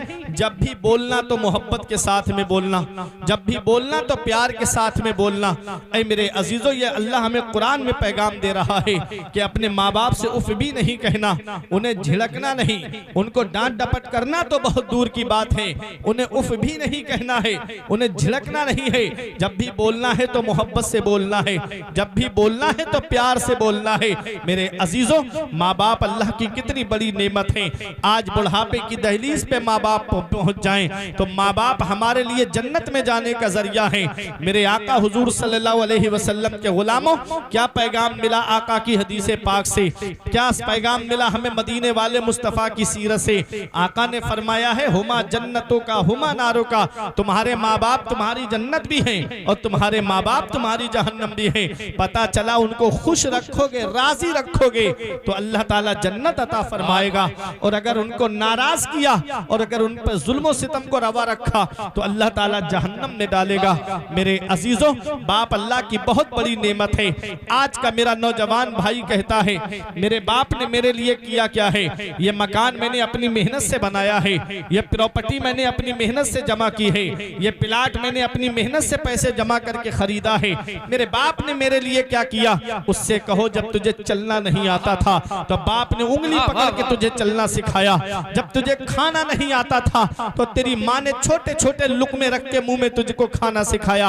आज वही माँ बाप बूढ़े हुए तो आज की औलाद कहती है बाप ने मेरे लिए किया क्या है, माँ ने मेरे लिए किया क्या है। अल्लाह अकबर मेरे अजीजों, कभी अपने बचपन पे गौर कर लिया करो, कभी अपने बचपन को देख लिया करो कि जब बचपन में तुम पेशाब कर दिया करते थे, माँ तुमको सूखे में सुलाया करती थी। जब दूसरी जानिब भी पेशाब कर देते तो वही माँ गीले में सो जाती लेकिन तुमको सूखे में सुलाती। अल्लाह अकबर, कितनी रातें माँ ने बैठ करके गुजारी। एक बार कह दिया माँ मुझे डर लग रहा है, माँ ने कहा बेटा तू सो जा, मैं पूरी रात तेरे सरहाने बैठ करके जाग रही हूँ। अल्लाह अकबर, माँ थपकियां दे करके औलाद को सुलाती रहती। आज वही माँ बाप बूढ़े हुए, हम उनकी खिदमत नहीं करते। आज वही माँ बाप बुढ़ापे की दहलीज पे पहुंचे, हम अपने माँ बाप की खिदमत से दूर भागने लगे। मेरे अजीजों, एक पैगाम मैं आपको दूंगा, अगर बुढ़ापे में जिंदगी सुकून से गुजारना चाहते हो, बुढ़ापे में जिंदगी आराम से गुजारना चाहते हो तो अल्लाह ने अगर 3-4 बेटे दिए हैं तो एक बेटे को मदरसा जरूर भेज देना, एक बच्चे को आलिम या हाफिज जरूर बना देना। मैंने दुनिया का जायजा लिया है कि जब बेटा दुनियावी तालीम हासिल कर लेता है, आला डिग्री हासिल कर लेता है तो माँ बाप डरते हैं कहीं बेटा मुझसे नाराज ना हो जाए, और जब बेटा आलिम या हाफिज बन जाता है तो वो माँ बाप से डरता है कि कहीं मेरे माँ बाप मुझसे नाराज ना हो जाए, कहीं मेरे माँ बाप मुझसे ना रूठ जाए। मेरे नारे रिसालत, मसलके आला हजरत, अज़मत वालिदैन हजरत अल्लामा मुफ्ती फुरकान रज़ा मंजरी साहिब क़िबला, उलमाए अहले सुन्नत, नारे तकबीर, नारे रिसालत। वाह वाह वाह। ये माँ बाप है, आज इनकी हम खिदमत नहीं करते। मौलाना रूम फरमाते हैं पहली मोहब्बत है माँ बाप की जो दुनिया में बदला मांगती है। अगर तुम अपने माँ बाप के साथ भलाई करोगे तो तुम्हारी औलाद तुम्हारे साथ भलाई करेगी। अगर तुमने अपने माँ बाप के साथ भलाई नहीं की तो बुढ़ापे में ये उम्मीद लगा के मत बैठना कि तुम्हारी औलाद तुम्हारा सहारा बन जाएगी। हमारे बुजुर्गों ने कहा बाप आंगन में लगे हुए पेड़ की तरह है। जब शिद्दत की धूप पड़ती है, गर्मी पड़ती है, आप पेड़ के नीचे कुर्सी डाल के बैठ जाओ, सुकून मिल जाएगा। पेड़ के नीचे चारपाई बिछा के लेट जाओ, आराम मिल जाएगा, नींद आ जाएगी। और वही पेड़ अगर कट जाए तो धूप भी परेशान करेगी, गरम गरम लू के थपेड़े भी परेशान करेंगे। पेड़ है तो सुकून है, पेड़ कट गया तो गर्मी की वजह से परेशान हो जाओगे। हमारे बुजुर्गों ने कहा बाप आंगन में लगे हुए पेड़ की तरह है। बेशक, सुभान अल्लाह। जब तक बाप जिंदा होता है खानदान वाले भी मोहब्बत से बात करते हैं, रिश्तेदार भी मोहब्बत से बात करते हैं, पास पड़ोस वाले भी मोहब्बत से बात करते हैं। और जिस दिन बाप की चारपाई उठी तो कभी घर के बंटवारे के नाम पे लड़ाइयाँ, कभी खेत के बंटवारे के नाम पे लड़ाइयाँ, कभी खेतों में पेड़ अगर लगे हुए हैं तो उन पेड़ों के नाम पे लड़ाइयाँ। ये हाल हो जाता है मेरे अजीजों। बाप आंगन में लगे हुए पेड़ की तरह है। या ऑटो रिक्शा चलाने वाला एक बाप ही तो है। चले जाओ रिसिया चौराहे की तरफ, वहां मिलेंगे कुछ लोग तुम्हें फलों का ठेला लगा के स्टेशन के सामने। ये शिद्दत की जाड़े में और गर्मी में पूरे दिन फलों का ठेला लगा के खड़ा होने वाला ये एक बाप ही तो है जो सोचता है 4 पैसे जमा हो जाएंगे, मेरी औलाद की पढ़ाई में काम आएंगे, मेरी औलाद के खर्चे में काम आएंगे, मेरी औलाद की तालीम में काम आएंगे। याद रखना नौजवानों, ये कोचिंग की फीसें भरने वाला एक बाप है, ये स्कूल की फीसें भरने वाला एक बाप है, ये कॉलेज की फीसें भरने वाला एक बाप है, ये यूनिवर्सिटी की फीसें भरने वाला एक बाप है। अरे ये इंजीनियर बनाने वाला एक बाप है, डॉक्टर बनाने वाला एक बाप है, मास्टर बनाने वाला एक बाप है, प्रोफेसर बनाने वाला एक बाप है, हाफिज बनाने वाला एक बाप है, आलिम बनाने वाला एक बाप है, कारी बनाने वाला एक बाप है। बाप क्या नहीं करता अपनी औलाद के लिए, बाप कौन सी कुर्बानी नहीं देता अपनी औलाद के लिए। हम भी पढ़ाई किए हैं, हमको भी मालूम है। क्या कहते थे कि बेटा तुम पढ़ाई करो, जितने पैसे की जरूरत पड़ेगी हम तुमको देंगे, मेरे लाल तुम पढ़ाई करो। क्या कहता है बाप? यही कहता है ना कि बेटा तू मन लगा के पढ़, जितने पैसे की जरूरत पड़ेगी हम तुझे ला करके देंगे। चाहे कहीं से बाप दूसरों के खेतों में मजदूरी करता है लेकिन औलाद को खर्चा देता है, बाप दूसरों के मकान में मजदूरी करता है लेकिन औलाद को पैसे ला करके देता है। बेटा घर पे मोबाइल चला के सो रहा है, वो 3-3 मंजिल पे सर पे ईंटें लेकर के चढ़ रहा है, ये एक बाप ही तो है। ये ऑटो रिक्शा चलाने वाला एक बाप ही तो है, ये बसें चलाने वाला एक बाप ही तो है, ये ट्रक चलाने वाला एक बाप ही तो है, ये मुंबई कमाने जाने वाला एक बाप ही तो है, ये दिल्ली कमाने जाने वाला एक बाप ही तो है, ये बेंगलोर हैदराबाद कमाने जाने वाला एक बाप ही तो है, ये 3-3 साल के लिए सऊदी दुबई कतर कमाने जाने वाला एक बाप ही तो है। बाप क्या नहीं करता अपनी औलाद के लिए। आज वही बाप बूढ़ा हो जाए, हम उसका बिस्तर घर से बाहर कर देते हैं। आज वही बाप बुढ़ापे की दहलीज पे पहुंचे, हम उसका बिस्तर घर से बाहर कर देते हैं। हमारे कमरे में कूलर चले, हमारे कमरे में एसी चले, हमारे कमरे में जाड़ों में गर्म हीटर, और माँ बाप है कि पुरानी रजाई ओढ़ करके जिंदगी गुजारे। क्या इस दिन के लिए बाप ने औलाद के लिए दुआ की थी? क्या इस दिन के लिए बाप ने आलिमों के घरों के चक्कर लगाए थे? क्या इस दिन के लिए बाप ने आलिमों से कहा था हजरत दुआ कर दो मेरे घर में चिराग जलाने वाला आ जाए? आज वही बेटा जवान हुआ, 4 पैसे क्या कमाने लगा, माँ बाप का बिस्तर घर से बाहर कर दिया। याद रखना इस वक्त के बारे में तो सोचा भी ना था। बेटों से बुढ़ापे में हुई खत्म रसाई, घर बार तो बांट लिए शौक से फुरकान, हिस्से में किसी के मगर मां नहीं आई। वक्त ठुकरा देगा एक दिन मेरी सारी ये कुर्बानियां, दामने उम्मीद में फकत नाकामियां रह जाएंगी। शादियों के बाद बेटे तो अलग हो जाएंगे, बाप के हाथों में फकत बैसाखियां रह जाएंगी। बुढ़ापा क्या जवानी क्या, ये बचपन बांट लेते हैं। न होकर दिल में गुंजाइश तो आंगन बांट लेते हैं। नहीं मंजूर हिस्से में किसी बेटे को अपनी माँ, मगर आपस में बूढ़ी माँ के कंगन बांट लेते हैं।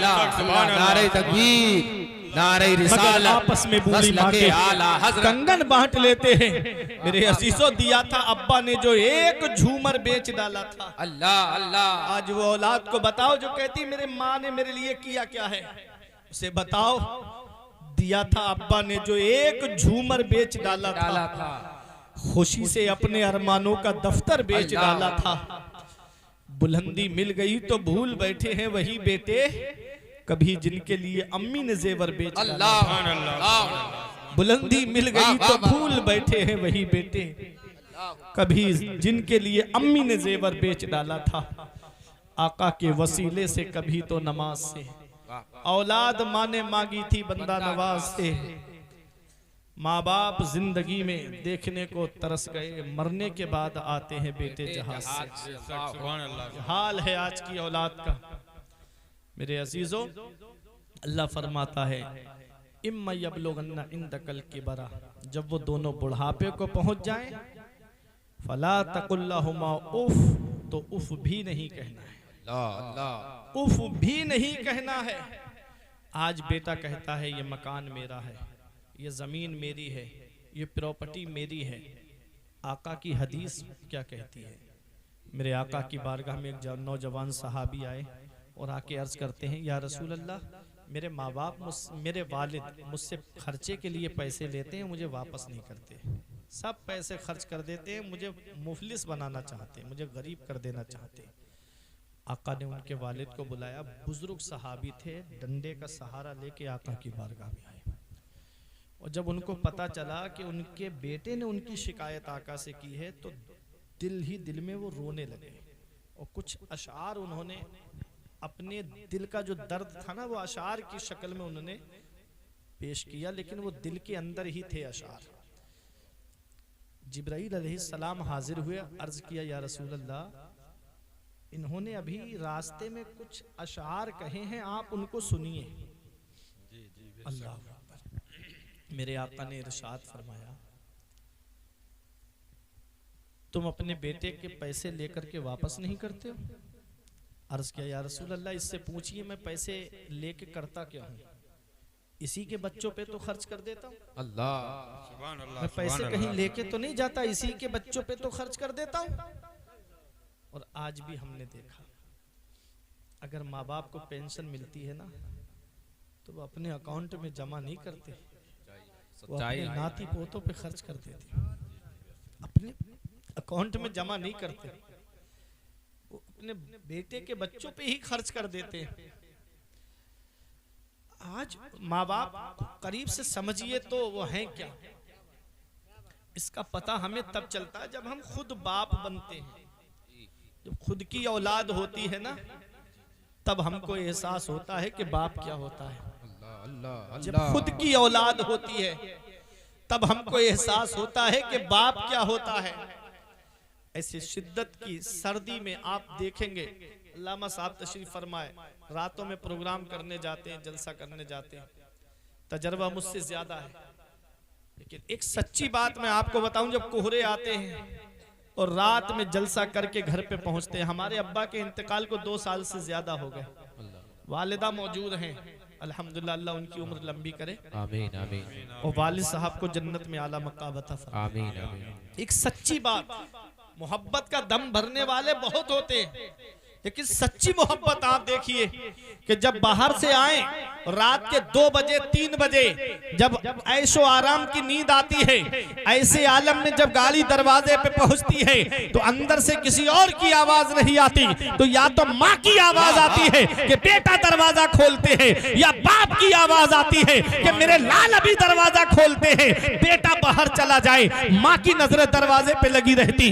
बेटा बाहर चला जाए, बाप की नजरें दरवाजे पे लगी रहती, मेरा बेटा अभी नहीं आया, मेरा लाल अभी नहीं आया। माँ फोन करके पूछती, बेटा कहाँ चले गए इतनी सर्दी में। बेटा गुस्से में फोन करके काट के कहता, माँ क्यों मुझे फोन करके परेशान करती रहती है, मैं दोस्तों के साथ पार्टी करने आया हूँ, मैं दोस्तों के साथ घूमने के लिए आया हूँ, अब मुझे फोन मत करना। जब गुस्से में फोन काटता है, जिस माँ का आज फोन गुस्से में काट दिया, एक दिन आएगा कि कोई खैरियत लेने वाला तक नहीं होगा, एक दिन आएगा कि कोई तुझसे तेरा मिजाज पूछने वाला तक नहीं होगा। ये माँ बाप है जिनकी नजरें दरवाजे पे लगी रहती। यहाँ बहुत से ऐसे भाई होंगे जो मुंबई वगैरह में काम करते होंगे, उनका तजर्बा मुझसे ज्यादा होगा कि माँ रोजाना शाम को फोन करके पूछती, बेटा तूने खाना खाया कि नहीं खाया, मेरे लाल काम सही से कर रहे हो कि नहीं कर रहे हो। बाप है कि तब तक नींद नहीं आती, करबटे बदलता रहता है, जब तक पता न चल जाए कि बेटा सुकून से है, बेटे ने खाना भी खा लिया है।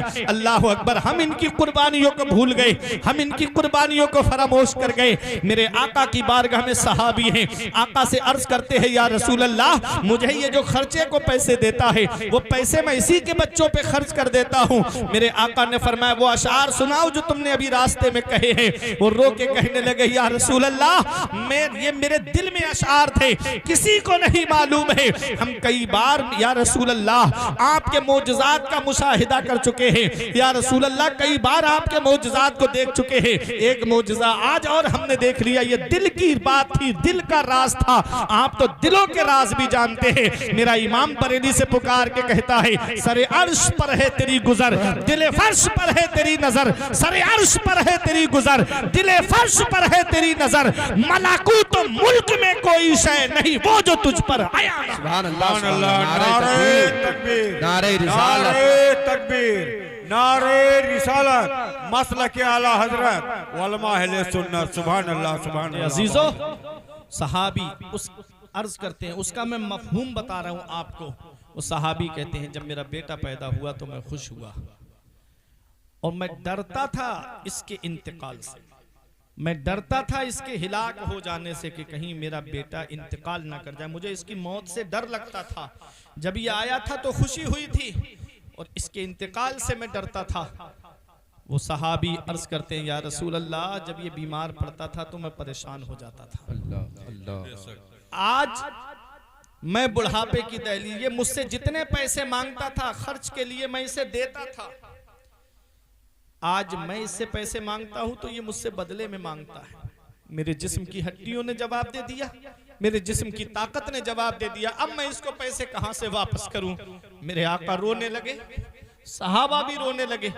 आका इरशाद फरमाते, मेरे सहाबा इनकी बात सुन के सिर्फ मैं और तुम ही नहीं रो रहे हैं, इसके इर्द गिर्द जितने ढेले हैं, पत्थर हैं, वो सब के सब आंसू बहा रहे हैं। पता चला जिस घर में माँ बाप के ऊपर जुल्म होता है उस घर के दरो दीवार आंसू बहाते हैं। जिस घर में माँ बाप को सताया जाता है उस घर के दरो दीवार भी आंसू बहाते हैं। मेरे अजीजों, अगर घर में बरकत नहीं है तो माँ बाप को राजी करो, घरों में सुकून नहीं है तो माँ बाप को राजी करो। मुसीबतों ने घरों का दरवाजा घेर रखा है तो अपने माँ बाप से दुआएं कराओ। इतनी जल्दी किसी मौलाना की दुआ कबूल नहीं होगी, इतनी जल्दी किसी पीर की दुआ कबूल नहीं होगी, इतनी जल्दी किसी हाफिज की दुआ कबूल नहीं होगी, जितनी जल्दी औलाद के हक में उसके माँ बाप की दुआ कबूल होती है। आका फरमाते हैं माँ बाप की दुआ औलाद के हक में ऐसे कबूल होती है जैसे नबियों की दुआ उम्मत के हक में कबूल। सुभान अल्लाह, सुभान अल्लाह।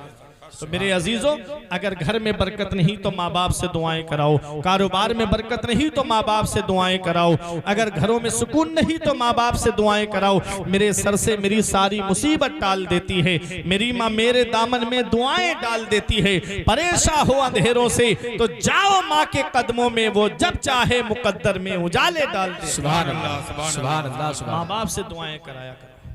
माँ बाप अल्लाह की बहुत बड़ी नेमत। अल्लाह फरमाता है वक़्फ़िद लहुमा जनाहुल मिनर रहमा, अपने माँ बाप के लिए मेहरबानी का बाजू बिछाओ। वक़ुल रब्बिरहमहुमा कमा रब्बयानी सगीरा, और ऐसे दुआ करो अल्लाह मेरे माँ बाप पे ऐसा रहम फरमा जैसा उन्होंने बचपन में मेरे ऊपर रहम किया। सुभान अल्लाह, सुभान अल्लाह। ये कुरान हमें सिखा रहा है कि हमें माँ बाप के साथ रहना कैसे है। जब बुढ़ापे में पहुंचे वो तो उन्हें उफ भी नहीं कहना, झिड़कना नहीं, डांटना नहीं, उनसे मोहब्बत से बात करना। एक बाप ने अपने बेटे का इम्तिहान लिया था। मौलाना रूम जो नतीजा निकालते हैं वो सोने के कलम से लिखने के काबिल होता है। कहते एक बाप ने अपने बेटे से कहा बेटा दीवार पर क्या बैठा है? तो बेटे ने कहा अब्बा कौवा बैठा है। बाप ने फिर पूछा बेटा क्या बैठा है? तो बेटे का थोड़ा लहजा बदला, कहा ना अब्बा कौवा बैठा है। बाप ने फिर पूछा बेटा क्या बैठा है? कहा क्या अब्बा बता तो दिया एक बार में कि कौवा बैठा है। बाप ने फिर पूछा तो बेटे के तेवर बदल गए। कहा क्या बुढ़ापे में तुम्हारा दिमाग तो नहीं चल गया है? कितनी बार बताऊं कि दीवार पर कौवा बैठा है? ये सुन के बाप रोने लगा। जब बाप रोया तो बेटा थोड़ा नरम हुआ। उसने कहा अब्बा रोते क्यों हो? कहा बेटा आज मैंने तेरा इम्तिहान लिया था। जब बचपन में तूने मुझसे पूछा था कि अब्बा दीवार पर क्या बैठा है, मैंने कहा बेटा कौवा बैठा है। तूने तकरीबन 100 मरतबा मुझसे पूछा होगा, मैंने 100 मरतबा मोहब्बत से जवाब दिया था कि बेटा कौवा बैठा है। आज मैंने 2-3 बार तुझसे पूछा और तेरा लहजा बदल गया। आज 2-3 बार मैंने तुझसे पूछा, तेरी बोली बदल गई। अल्लाह अकबर। ये है बचपन में माँ बाप अपनी औलाद से क्या कहते हैं, बेटा आज क्या खाओगे? आपके यहाँ भी बाजार लगता होगा? जी जी बेशक। हमारे यहाँ भी बाजार लगता है। हम भी पूछते बच्चों से बेटा आज क्या खाओगे? आप भी पूछते होगे बेटा आज क्या खाओगे? आज तो दौर बहुत तरक्की कर गया, पैसे का दौर है। आज तो अक्सर घरों में मोटरसाइकिलें हैं। साइकिल तो हर घर में है, अक्सर घरों में मोटरसाइकिलें और ज्यादातर घरों में कारें आपको मिलेंगी। पहले दौर इतना तरक्की याफ्ता नहीं था। बहुत 2-3 गांव मिला के देखा जाता, किसी एक के घर में कहीं कार होती थी। कोई एक आदमी मोटरसाइकिल ले आता तो पूरा गांव देखने के लिए आता था कि फला के घर में मोटरसाइकिल है। अल्लाह माफ करे, हमारे इलाके में एक बारात हुई थी तो रेडियो मिल गया था, तो पास पड़ोस के गांव के लोग भी देखने के लिए आए थे। उस दौर की मैं बात बता रहा हूं। जी बेशक। ये ऐसा दौर भी गुजरा है। अब आप जो है फॉर्चूनर लाके खड़ी कर लो, ये पड़ोसी तक देखने के लिए नहीं आएगा आपका। क्यों? क्योंकि अक्सर घरों में पैसा है। मेरे अजीजों, अक्सर घरों में पैसा है, अक्सर घरों में दौलत है। आपको मैं बताऊं, माँ बाप की अजमत बड़े करीब से मैं आपको दिखाना चाहता हूं। आज दौर तरक्की याफ्ता है। इस दौर में अगर आज हमारी औलाद बीमार पड़े तो हम डॉक्टरों के घरों पे दिखाने के लिए जाते हैं। क्या कहते हैं डॉक्टर साहब, जमीन बिके तो बिक जाए, मकान बिके तो बिक जाए, प्रॉपर्टी जाए तो चली जाए, मेरे बेटे को कुछ नहीं होना चाहिए। हम अपने बचपन पे गौर करें, यही हमारा बाप है। आज बुढ़ापे में जिसकी हमको खांसी अच्छी नहीं लग रही है, माँ का बोलना हमको अच्छा नहीं लग रहा है, यही माँ बाप हैं जो हमको सीने से लगा करके डॉक्टर के पास लेकर गए थे। बाप के पैरों में चप्पल नहीं होती लेकिन डॉक्टर के पास लेकर गया।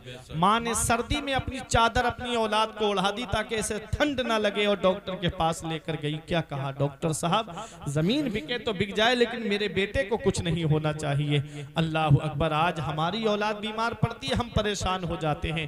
अपने बचपन पे गौर करो, जब हम बीमार पड़े होंगे तो यही हमारे माँ बाप हमको डॉक्टरों के पास लेकर गए होंगे। मेरे अजीजों, कभी बुढ़ापे में पूछ लिया करो कि अब्बा आज क्या खाना पसंद करेंगे। आज घर में खाना अब्बा की मर्जी का बनेगा, आज घर में खाना अम्मी की मर्जी का बनेगा। वो बुढ़ापे में इंतजार करते, काश बेटा थोड़ी बात मुझसे कर लेता, काश मेरा लाल मुझसे मेरा हाल पूछ लेता, काश मेरा बेटा मुझसे मेरी ख्वाहिश को पूछ लेता कि आज मेरा किस चीज को मन हो रहा है।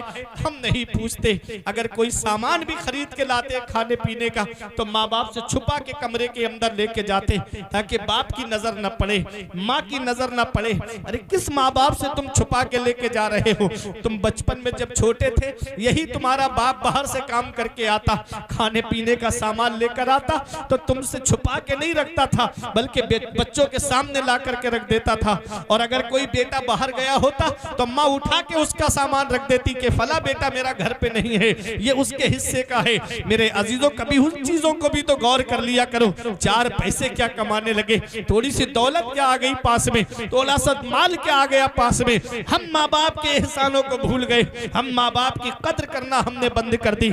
मेरे अजीजों, मैं आपको एक पैगाम दे के गुजरना चाहता हूँ। ये माँ बाप है, माँ बाप जिनसे आप छुपा के लेके जा रहे हो, वो सब जानते हैं लेकिन फिर भी तुमको बद्दुआ नहीं देते, फिर भी तुम्हारे लिए दुआ ही निकलती है उनके मुंह से कि मौला मेरे बेटे को और तरक्की दे, मौला मेरे बेटे को और कामयाबी दे, मौला मेरे बेटे की कमाई में और बरकतें दे।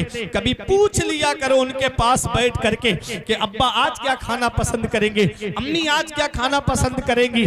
मेरे अजीजों, आज हम अपनी औलाद से तो पूछते हैं कि बताओ बेटा आज क्या खाओगे। कभी माँ बाप के पास बैठ के पूछा करो। जब तक माँ बाप जिंदा होते उनकी ख्वाहिशों को हम नहीं पूछते, लेकिन जब उनका इंतकाल हो जाता है, मैं ईसाले सवाब का मुनकिर नहीं हूँ, अल्हम्दुलिल्लाह मैं खुद ईसाले सवाब करता हूँ, लेकिन मैं आपको एक बात बताना चाहता हूँ। जब तक अब्बा जिंदा होते, सेब ले जाएगा तो छुपा के कमरे के अंदर, अमरूद लाएगा तो छुपा के कमरे के अंदर, कोई और खाने पीने की चीज लाएगा तो कमरे के अंदर छुपा के ले जाएगा। और वही माँ बाप का अगर इंतकाल हो जाए तो तीजे की फातिहा में देखो कोई ऐसा फल होगा जिस पर उसकी नजर ना पड़ी हो और वो फल बच गया हो। अगर नजर पड़ गई तो उसे भी खरीद करके लाएगा और फातिहा में ला करके सजा करके रखेगा।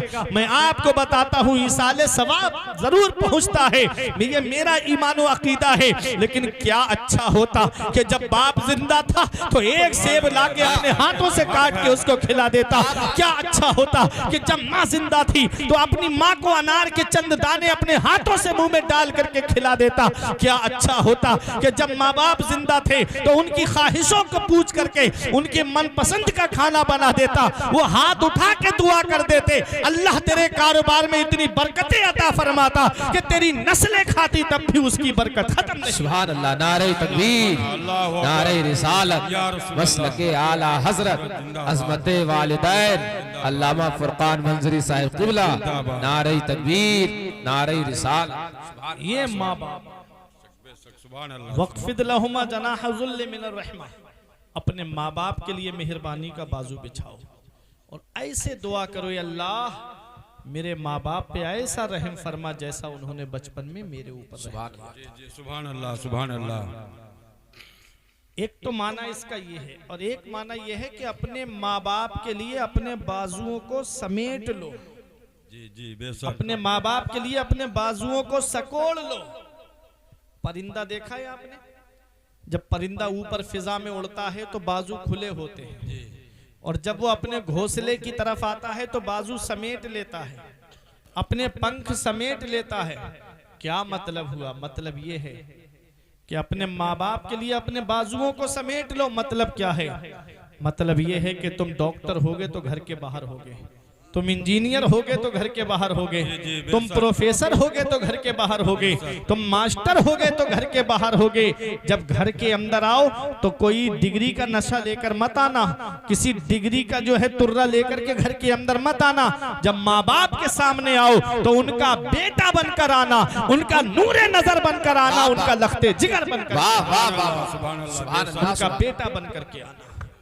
अपने माँ बाप के लिए मेहरबानी का बाजू बिछाओ, रई से दुआ करो, अल्लाह मेरे माँ बाप पे ऐसा रहम फरमा जैसा उन्होंने बचपन में मेरे ऊपर रहम किया था। सुभान अल्लाह। माँ बाप के बहुत हुकूक हैं। मेरे आका हुजूर सल्लल्लाहु अलैहि वसल्लम की बारगाह में एक सहाबी आए और अर्ज किया, या रसूल अल्लाह, माँ बाप दुनिया से चले जाएं तो क्या उनके हक खत्म या कुछ हक हैं जो बाकी रह जाते हैं? जी जी। आका ने फरमाया 5 हक हैं जो बाकी रह जाते हैं, और बाकी जितने हुकूक हैं वो इन्हीं 5 हुकूक से निकलते हैं। पैगंबर इस्लाम ने इरशाद फरमाया, जब माँ बाप का इंतकाल हो जाए तो अस्सलातो अलैहिमा, औलाद के लिए ये जरूरी है कि वो अपने माँ बाप की नमाज जनाजा पढ़े। जी बेशक, सुभान अल्लाह। औलाद के लिए क्या है कि वो अपने माँ बाप की नमाज जनाजा पढ़े।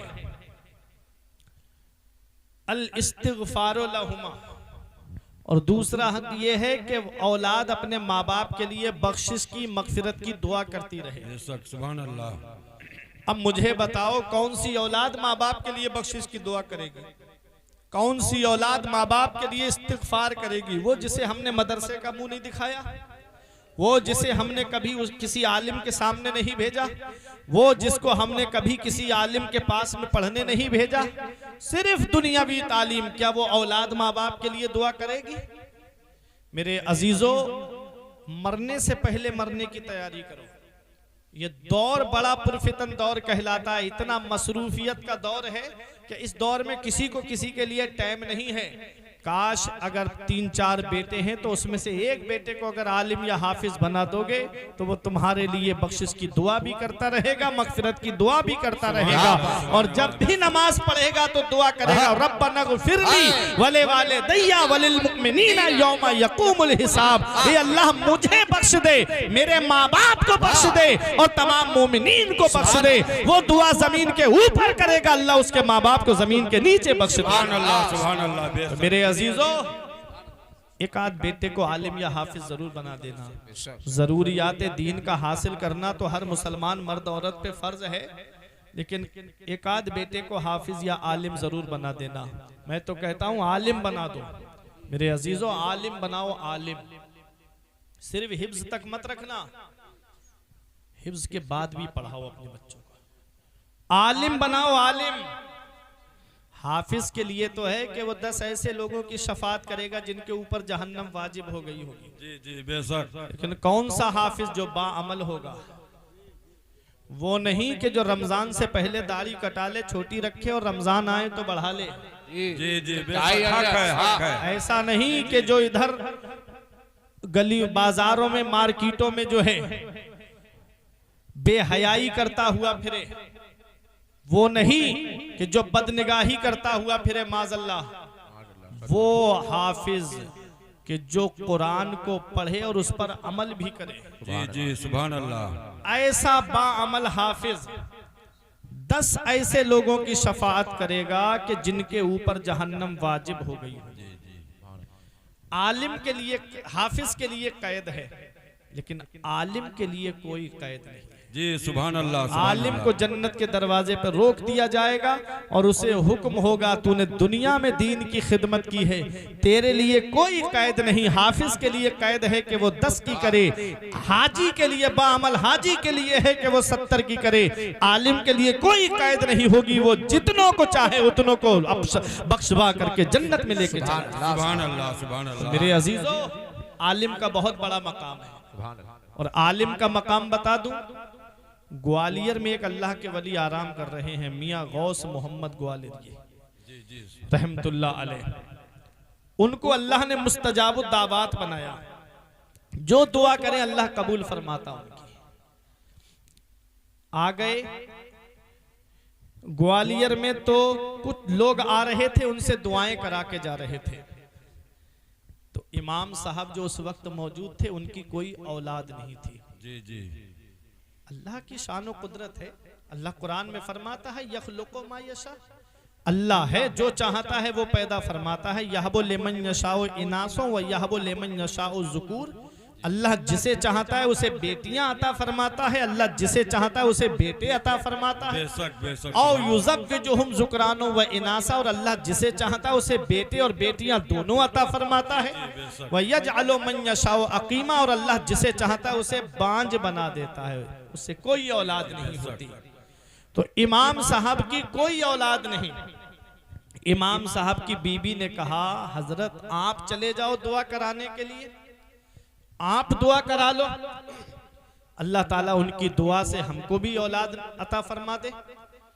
आलिम साहब आए, तो जब आलिम साहब आए तो वो तो अल्लाह के वली थे, देखते ही पहचान लिया, आलिम भी हैं और इमाम भी हैं। सुभान अल्लाह। आज हमारा हाल ये है कि हम इमाम के पीछे पढ़ते भी हैं और इमाम के पीछे पढ़ते भी हैं। जी जी, पढ़ते भी हैं। जी जी, समझ रहे हैं मेरी बात को? हम इमाम के पीछे पढ़ते भी हैं और इमाम के पीछे पढ़ते भी हैं। जी जी, बेशक। हमें इमाम के पीछे पढ़ना है, पढ़ना नहीं है। समझ रहे हैं? हमें इमाम के पीछे पढ़ना है, पढ़ना नहीं है। मेरे अजीजों, वो इमाम साहब भी थे और आलिम साहब भी थे। सुभान अल्लाह। जैसे ही पहुंचे मियाँ गौस मोहम्मद रहमतुल्लाह अलैह की बारगाह में, कहा हजरत मेरे लिए दुआ कर दो, मेरे घर में भी कोई चिराग जलाने वाला आ जाए। जी जी। हजरत ने कहा आलिम हो? कहा जी अल्हम्दुलिल्लाह। फरमाया एक शर्त है, तब मैं तुम्हारे लिए दुआ करूंगा। कहा हजरत क्या शर्त है? कहा ये जो सामने कब्र दिख रही है। कहा जाओ उसके ऊपर पैर रख के आओ, तब तुम्हारे लिए दुआ करूंगा। पैर रख के आओ जाके कब्र के ऊपर, तब तुम्हारे लिए दुआ करूंगा।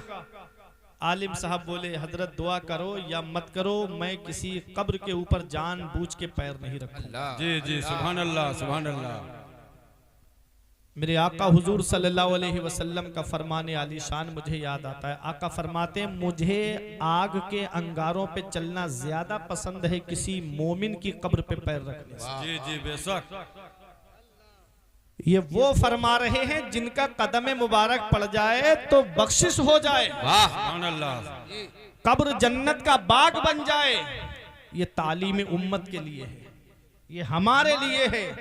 जब हम कब्रिस्तान जाते हैं तो कब्रों के ऊपर पैर रखते हुए जाते हैं। माज़अल्लाह, हमको ये भी होश नहीं रहता कि हम किसी कब्र के ऊपर चल रहे हैं। अब तो बाज जगह तो कब्रिस्तानों का अदब भी खत्म हो गया। कब्रिस्तान जो रोने की जगह है, कभी दौलत पे घमंड आए, पैसों पे घमंड आए, सेहत पे घमंड आए, बच्चों की नौकरी पे तकब्बुर आए, मकान पे घमंड होने लगे, तो एक चक्कर कब्रिस्तान का लगा लिया करो। वहां तुमसे ज्यादा दौलत वाले लेते हैं, वहां तुमसे ज्यादा पैसे वाले लेते हैं, वहां तुमसे ज्यादा सरमाए वाले लेते हैं। जिनकी नाक पे कभी मक्खी नहीं बैठती थी, आज उनके जिस्म को मिट्टी ने गला सड़ा के एक तरफ कर दिया। जी जी, घमंड किस बात पे, तकब्बुर किस बात पे? जो कब्र खोदने के लिए जाते हैं उनसे पूछो कहीं हड्डियां निकलती हैं, कहीं खोपड़ी निकलती है। ये खोपड़ियां भी कुछ पैगाम दे रही हैं कि हम भी किसी दौर में अपने वक्त के बड़े तानाशाह रहे हैं। आज हमारी खोपड़ियों को देख लो और गुरूर और घमंड को खत्म कर दो। मेरे अजीजों, घमंड किस बात पे? कब्रिस्तान ऐसे बूढ़ों से भरा पड़ा है जो कहते थे मौलाना फजर से नमाज पढ़ने आएंगे। कब्रिस्तान ऐसे जवानों से भरा पड़ा है जो कहते थे जुमे से नमाज पढ़ने आएंगे। साथ जिनके थे यहाँ लश्करों फौजों सिपाह, बेकसाना कब्र के अंदर अकेले चल बसे। एक साथ भी न ठहरे वादा जिनका आ गया, जी के जी में रह गए अरमान सारे चल बसे। पढ़ के तू कुरान को अब जमा कर ले कुछ सवाब, कब्र पर फिर कौन आए फातिहा के वास्ते। काम वो कर ले प्यारे जिसके 22 कब्र में बागे रिजवा से खुले खिड़की हवा के वास्ते। काम दोज़ख के किए जन्नत का है उम्मीदवार, कसरे जन्नत तो बना है पारसा के वास्ते। सुभान अल्लाह, सुभान अल्लाह। अजीजों, आखिरत की तैयारी करो, मरने से पहले मरने की तैयारी करो। ये कब्र हमको रोजाना एक पैगाम दे रही है कि एक दिन मेरे अंदर आना है। मैं कीड़े मकोड़ों का घर हूं, मैं तन्हाई का घर हूं, मैं वहशत का घर हूं। आज एक चूंटी मेरे कान में चली जाए, पूरी रात मुझे नींद नहीं आती। जी जी, बेशक। और उस कब्र के अंदर कीड़े मकोड़े होंगे, क्या हाल होगा इंसान के जिस्म का? क्या तैयारी की हमने कब्र के अंदर जाने की? है कोई तैयारी? आज भाई भाई से लड़े बैठा है, बेटा बाप से बात नहीं करता, भाई बहन से बात नहीं करता, बहन भाई से बात नहीं करती, रिश्तेदारियों में आपस में ना इत्तेफाकिया। ये हाल है आज हमारा। मेरे अजीजों, अपनी आखिरत की तैयारी करो। उस कब्र के अंदर जाना है, उस काली कोठरी के अंदर जाना है। मेरे अजीजों, मैं अर्ज ये कर रहा था कि आलिम साहब कहते हैं इमाम साहब कहते हैं मियाँ गौस मोहम्मद ग्वालरी रहमतुल्लाह अलैह से कि मैं कब्र के ऊपर पैर नहीं रखूंगा। चले आए, बीवी ने कहा दुआ हो गई, कहा नहीं। उन्होंने शर्त रखी, मैंने उस शर्त को पूरा नहीं किया, उन्होंने दुआ नहीं की। बीवी गुस्सा हो गई, बीवी ने खाना बनाना बंद कर दिया, कहा नहीं जाओ पहले दुआ करा के आओ, मुझे औलाद चाहिए, दुआ करा के आओ। जी जी मेरे अजीजों, आलिम साहब फिर आए और आके कहा हजरत घर का माहौल बिगड़ रहा है, आप दुआ कर दीजिए। फरमाया मौलाना दुआ तभी करूंगा जब पहले उस कब्र के ऊपर पैर रखोगे, ये शर्त है मेरी, ये शर्त है मेरी, उस कब्र के ऊपर पैर रखो तब दुआ करूंगा। फिर वापस आ गए, कहा कब्र पे पैर नहीं रखूंगा। आ गए वापस, बीबी ने कहा हो गई दुआ, कहा नहीं की, वही शर्त है उनकी। मैंने बहुत कहा हजरत बिना शर्त के दुआ कर दीजिए, कहा नहीं। तो बीबी ने अपना सामान बांधा और सबसे आसान तरीका जो है बीबी का आराम के लिए मैका है। जी जी बेशक। सामान बांधा और आ गई। और मैके वाले भी बाज ऐसे होते हैं कि ये भी नहीं पूछते कि बेटी बात क्या है, बस फोन लगा करके उल्टा सीधा दामाद को बोलना शुरू कर देते हैं, जिसकी वजह से कोर्ट कचहरियों के चक्कर लगाने पड़ते हैं। आज कितने घर हैं जो लड़की की मां की वजह से बर्बाद हो गए। जी बेशक, हक है, हक है जी। वो घर कभी खुशहाल नहीं होता जिस घर में लड़की पूरे पूरे दिन अपने मैके वालों से फोन पे बात करती रहे। वो उसे कोचिंग देते रहते हैं, वो उसे फोन पर उसके कान भरते रहते हैं कि जब दूसरे भाई की बीबी कुछ नहीं करती तो तू क्यों करती है। वो ऐसा माहौल बना देते हैं घर का, ऐसी तनातनी हो जाती है कि अब भाई भाई का चेहरा देखना पसंद नहीं करता और ये औरतें औरतों का चेहरा देखना पसंद नहीं करती। दीवारें खिंच जाती हैं घरों के अंदर, ये हाल होता है। मेरे अजीजों, ये पैगाम लिख के लेकर के जाओ कि जो लड़की अपने मैके वालों के कहने में रहेगी उसका घर कभी खुशहाल नहीं होगा। जी जी बेशक, हक है, हक है। सच्चाई है, हकीकत है। कोर्ट कचहरियों में जाकर के देखो कितनी मुस्लिम बहन बेटियां नकाब डाल के वकीलों के सामने आकर के बैठती हैं और वो वकील हंसी मजाक करते। मैंने खुद देखा, मेरा एक मोबाइल चुर गया था, मेरे हाथ से चोर छीन के ले गए, तो मैं गया था उसकी रिपोर्ट के लिए, तो मैंने देखा था कि बहनें कैसे आंसू बहाती थी। मैंने देखा था, दिल रोता था दिल, और वकील उनसे मजाक करते थे माज़अल्लाह, और वो बैठी रो रही हैं। कितने घर बर्बाद हो गए। अपने अपने घरों के अंदर ऐसा माहौल बनाओ कि हर चीज दो उनको, उनसे कहो कि जो तुम कहोगी तुम्हारी मर्जी का खाना भी बनेगा, जो खर्चा कहोगी खर्चा भी तुमको दिया जाएगा, लेकिन हुक्म वही चलेगा जो हमारा होगा। अर्रिजालु कव्वामूना अलन निसा, मर्द हाकिम है औरतों के ऊपर, औरतों को हाकिम मत बनाओ, मर्द ही हाकिम रहेगा तो घर खुशहाल रहेगा। और जिस घर में औरत की चलेगी वो घर खुशहाल कभी नहीं होगा।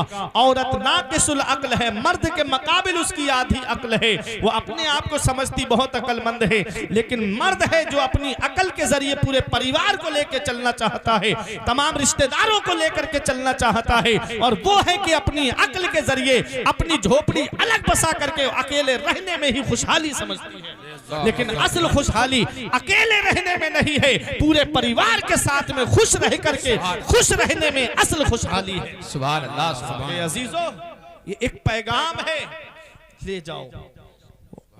आलिम साहब की बीबी नाराज हुई, सामान बांधा, मैके आ गई। जब मैके आई तो आलिम साहब ने सोचा कि 1-2 हफ्ता गुजर गया, गए, कहा कि अब तो गुस्सा ठंडा हो गया होगा, चलो। तो कहा कि नहीं, पहले दुआ कराओ उसके बाद जाऊंगी। आलिम साहब परेशान हो गए। अब आए, चेहरा उतरा हुआ। मियां गौस मोहम्मद ग्वालियरी रहमतुल्लाह अलैह के पास में आकर के कहा हजरत अब घर टूटने वाला है, हजरत अब करम कर दो। अल्लाह के वली ने चेहरा देखा उतरा हुआ, थोड़ा तरस आया और कहा अच्छा, शर्त मेरी वही है, कब्र पे पैर रखना पड़ेगा तभी दुआ करूंगा, शर्त नहीं छोड़ूंगा अपनी। आलिम साहब बोले हजरत मान जाइए। कहा अच्छा ठीक है, एक पूरा पैर मत रखिए, सिर्फ अंगूठा टच करके आ जाइए कब्र से, मैं दुआ कर दूंगा, मैं दुआ कर दूंगा। आलिम साहब ने कहा ठीक है। गए और पैर का अंगूठा टच करके कब्र से वापस आ गए।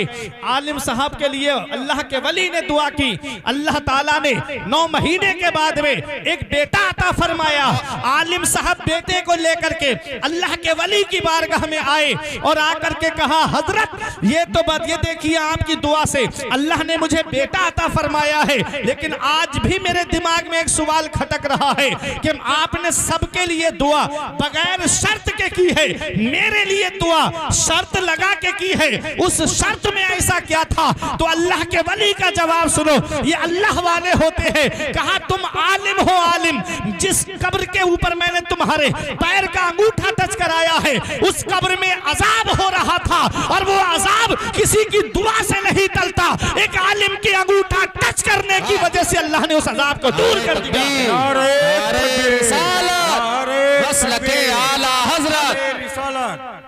ये आलिमों का मर्तबा है, ये आलिमों की शान है।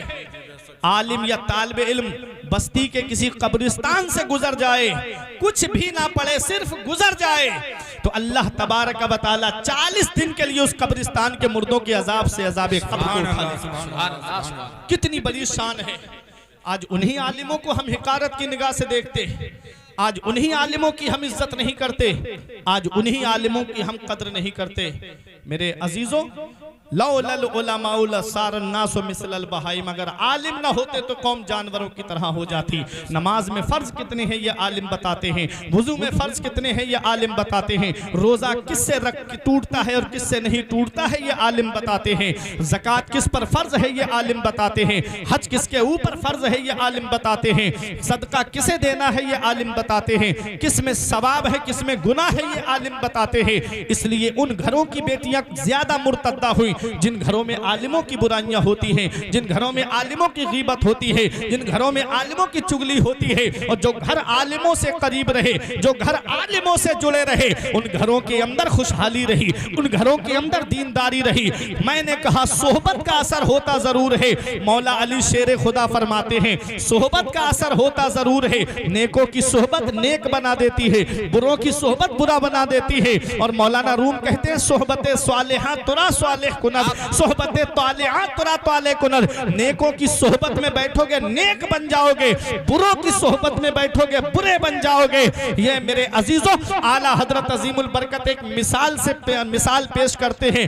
रंग बेचने वाले के पास मत बैठो, अगरचे तुम रंग नहीं बेचते हो, रंग उड़ के जब कपड़ों पे लगेगा लोग देख के कहेंगे ये भी रंग बेचता है। मतलब क्या है? मतलब ये है बुरों के पास मत बैठो, अगरचे तुम बुरे नहीं हो, जब उनके पास बैठोगे एक दिन आएगा कि लोग कहेंगे कि ये भी उनके पास बैठता है, उन्हीं में से है। मेरे अजीजों नेकों के पास में बैठो, परहेजगारों के पास में बैठो, दोस्ती आलिमों से करो, दोस्ती परहेजगारों से करो, दोस्ती मुत्तकियों से करो। ऐसे से दोस्ती करो जो तुम्हारा हाथ पकड़ के मस्जिद लेके चला जाए, ऐसे से दोस्ती करो जो तुम्हारा हाथ पकड़ करके दीनी कामों की तरफ लेकर के जाए। उससे दोस्ती मत करो जो हाथ पकड़ के शराब की दुकान की तरफ लेकर जाए, उससे दोस्ती मत करो जो हाथ पकड़कर जुए की तरफ लेकर के जाए, उससे दोस्ती मत करो जो हाथ पकड़ करके जिना के अड्डे की तरफ लेकर के जाए। अल्लाह कुरान में फरमाता है, अल्लाह ने फरमाया कयामत के दिन बाज गहरे से गहरे दोस्त एक दूसरे के दुश्मन बन जाएंगे, इल्लल मुत्तकीन, सिवाय परहेजगारों के। तो कौन काम आएगा कयामत में? परहेजगार काम आएंगे, मुत्तकी काम आएंगे। अपने आप के अंदर तकवा लाओ, अपने अंदर परहेजगारी लाओ। मेरे अजीजों ये दुनिया चंद दिन की है, अभी कुछ दिन के बाद में आप देखेंगे, चंद दिन के बाद में वो मुबारक महीना आने वाला है जिसे रमजानुल मुबारक का महीना कहा जाता है। कैसा बरकत वाला महीना है, कैसा अजमत वाला महीना है, कैसा शानो शौकत वाला महीना है। अव्वलुहु रहमतुन औसतुहु मगफिरतुन आखिरुहु इत्कुम मिनन नार, जिसका पहला अशरा रहमत का है, दूसरा अशरा मगफिरत का है, तीसरा अशरा जहन्नम से आजादी का है। ऐसा मुबारक महीना, इस मुबारक महीने में नए नए बीमार निकल के आएंगे, पूरी साल हट्टा कट्टा रहेंगे और जैसे ही रमजान का महीना आएगा बीमारियों का बहाना करने लगेंगे। अरे कोई ऐसी बीमारी हो जिसके लिए किसी शरीयत के जानने वाले बशरा हाजिक माहिर हकीम ने यह बता दिया हो कि इसको रोजा रखेगा तो इसकी जान को खतरा है, ऐसे अगर ऐसी कोई बीमारी है तब तो रोजा माफ है, तो उस वक्त नहीं रखा जाएगा मेरे अजीजों। लेकिन आओ मैं आपको बताऊं, किसी के सर में दर्द है वो भी रोजा छोड़ देता है, किसी के हल्का सा पेट में दर्द हुआ उसने भी रोजा छोड़ दिया। कोई कहता है मैं बीपी का मरीज हूं, कोई कहता है मैं शुगर का मरीज हूं, कोई कहता है मेरे अंदर फला बीमारी है, कोई कहता है मेरे अंदर फला बीमारी है, मैं रोजा रखूंगा तो मेरा ये हो जाएगा। अब आपसे मैं पूछना चाहता हूं, पैगंबर इस्लाम ने फरमाया सूमू तसाहु, रोजा रखो सेहतमंद हो जाओगे, रोजा रखो सेहतमंद हो जाओगे। दुनिया के तमाम डॉक्टर जो है उनकी बात इतनी सच्ची नहीं है जितनी सच्ची बात मदीने वाले मुस्तफा की है। वो जितने डॉक्टर हैं, जितने हकीम हैं, ये सब कहां से सीखते हैं मेरे अजीजों? इन्होंने किताबों से सीखा है और किताबों के अंदर जो हकीमों ने मवाद जमा किया है वो कहां से जमा किया है? वो कुरान और हदीस से जमा किया है। और कुरान और हदीस क्या है? कुरान मेरे नबी पर नाजिल हुआ है और हदीस फरमाने मुस्तफा। सुभान अल्लाह, सुभान अल्लाह, नारे तकबीर, नारे रिसालत, मसलके आला हजरत हजरत अल्लामा मुफ्ती फुरकान रजा मंजरी साहिब क़िबला खलीफा हुजूर हसन मिल्लत, नारे तकबीर। आज अगर डॉक्टर साहब कह दें चावल नहीं खाना है तो छोड़ देगा, है ना अल्लामा साहब? कहा चावल नहीं खाना, नहीं खाएगा। कहा क्यों? कहा डॉक्टर साहब ने मना किया है। डॉक्टर साहब ने कह दिया कि मीठे को हाथ नहीं लगाना है, शुगर बढ़ जाएगी, हाथ नहीं लगाएगा। चाहे कितनी भी अच्छी नेमतें लाके मिठाई की रख दीजिए आप। हमने कहा क्यों नहीं खा रहे हो? कहा डॉक्टर साहब ने मना किया है। डॉक्टर की बात पे इतना भरोसा, और अल्लाह फरमा रहा है यनहा अनिल फहशाई वल मुनकरी वल बगी, और अल्लाह तुम्हें हुक्म दे मना कर रहा है कि तुम बेहयाई मत करो, बुरी बातों से बाज रहो, जुल्म करने से बाज रहो। क्या आज हम उसके फरमान पर अमल किए? क्या आज हमने उसके फरमान को माना? डॉक्टर की बात पे इतना भरोसा और अल्लाह के फरमान पे हमारा भरोसा नहीं, नबी के फरमान पे हमारा भरोसा नहीं। अल्लाह फरमा रहा है या अय्युहल्लज़ीना आमनू कुतिबा अलैकुमुस्सियाम कमा कुतिबा अलल्लज़ीना मिन क़ब्लिकुम लअल्लकुम तत्तक़ून। ऐ ईमान वालो, तुम पर रमजान शरीफ के रोजे रखने फर्ज कर दिए गए जैसे तुमसे अगले वालों पे फर्ज किए गए थे। क्यों फर्ज हुए? लअल्लकुम तत्तक़ून, ताकि तुम परहेजगार बन जाओ, तुम मुत्तकी बन जाओ, तुम परहेजगार बन जाओ। और रमजान शरीफ के महीने में तकवे की झलक दिखती भी है, दिखती है कि नहीं दिखती है? रमजान से पहले शराब की दुकान की तरफ चला जाता था, लेकिन जब से रमजान शरीफ का महीना आया उसने मुड़ के भी नहीं देखा उधर। कितने लोग हैं कि कभी जुए की तरफ चले जाते थे, लेकिन रमजान शरीफ का महीना आया कभी उसकी तरफ आंख भी उठा के नहीं देखी। तो पूरा महीना रमजान शरीफ के महीने में तकवे की झलक दिखती भी है, लेकिन कुछ लोग हैं जो अल्लाह की रजा के लिए रोजा रखते हैं, और कुछ लोगों का हाल तो ये है कि पूरा पूरा दिन मोबाइल चलाएंगे, एक वक्त की नमाज पढ़ने नहीं जाएंगे, और शाम को बैठेंगे इफ्तार करने के लिए। बाज तो ऐसे हैं कि सहरी भी खाते हैं और दिन में भी खाते हैं, और इफ्तार में बैठेंगे आके सबसे आगे। और मस्जिद में मैंने देखा है इफ्तार के लिए अगर कोई ऐलान कर देना फला साहब की तरफ से आज इफ्तार पार्टी है, तो वो सबसे आगे जाकर के बैठता है जिसने पूरे महीने रोजे नहीं रखे होते। जी जी बेशक, वो सबसे आगे बैठेगा जाके और ऐसे कहेगा अरे इधर लाओ, मुझे दो, ये दो, वो दो, और उसके घर का हाल उसके घर वाले बता देते हैं कि ये कैसा है। मेरे अजीजों, ये रमजान शरीफ का महीना है। एक रोजा बिला उज़्र शरई अगर जानबूझ के कोई छोड़ दे और उसके बदले में अगर पूरी जिंदगी रोजे रखे तो उसे एक रोजे की फजीलत को नहीं पहुंचेगा। जी जी बेशक, सुभान अल्लाह। एक रोजे की फजीलत को कितना सवाब है रमजान शरीफ के महीने का। तो आज डॉक्टरों की बात हम मानते हैं, डॉक्टर ने कहा मीठा खाओगे तो शुगर बढ़ जाएगी, तकलीफ हो जाएगी। अगर नमक ज्यादा तेज तुमने इस्तेमाल किया तो बीपी बढ़ जाएगा, तेजाबियत की शिकायत हो जाएगी। ये डॉक्टर साहब की बात हम मानते हैं और आका फरमा रहे हैं सूमू तसाहू, रोजा रखो सेहतमंद हो जाओगे, रोजा रखो सेहतमंद हो जाओगे। क्या मतलब है इसका? रोजा रखो सेहतमंद हो जाओगे, पूरा दिन भूखे रहो सेहतमंद हो जाओगे, पूरा दिन पानी ना पियो सेहतमंद हो जाओगे, पूरा दिन खाना ना खाओ सेहतमंद हो जाओगे। तो यहाँ डॉक्टर साहब भी बैठे हैं, इनका तजर्बा डॉक्टरी एतबार से मुझसे ज्यादा है। मैं तो अपनी लाइन का आदमी हूं और ये डॉक्टरी लाइन के आदमी, आप इनसे भी पूछ लीजिए, ये भी आपको बताएंगे कि अगर लीवर के अंदर कुछ खराबी आ जाती है तो डॉक्टर लोग कहते हैं कम से कम 6-7 घंटे आदमी को अपना मुंह रोक लेना चाहिए ताकि लीवर तरोताजा हो जाए।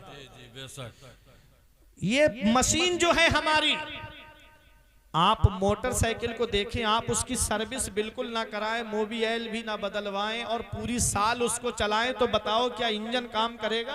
जी नहीं करेगा। एक दिन आएगा कि इंजन बैठ जाएगा, बंद हो जाएगी गाड़ी। यही हाल हमारे पेट का है। पूरी साल हम तला भुना खाते हैं, पूरी साल रंग रोगन की ग़िज़ाएं खाते हैं, पूरी साल। अब तो ओरिजिनल तो तेल भी नहीं मिल रहा है, रिफाइंड और पता नहीं किस किस चीज का बना हुआ हम खाना खाते हैं, जो आज हार्ट का सबब बन रहा है। तेल ओरिजिनल खाया करो।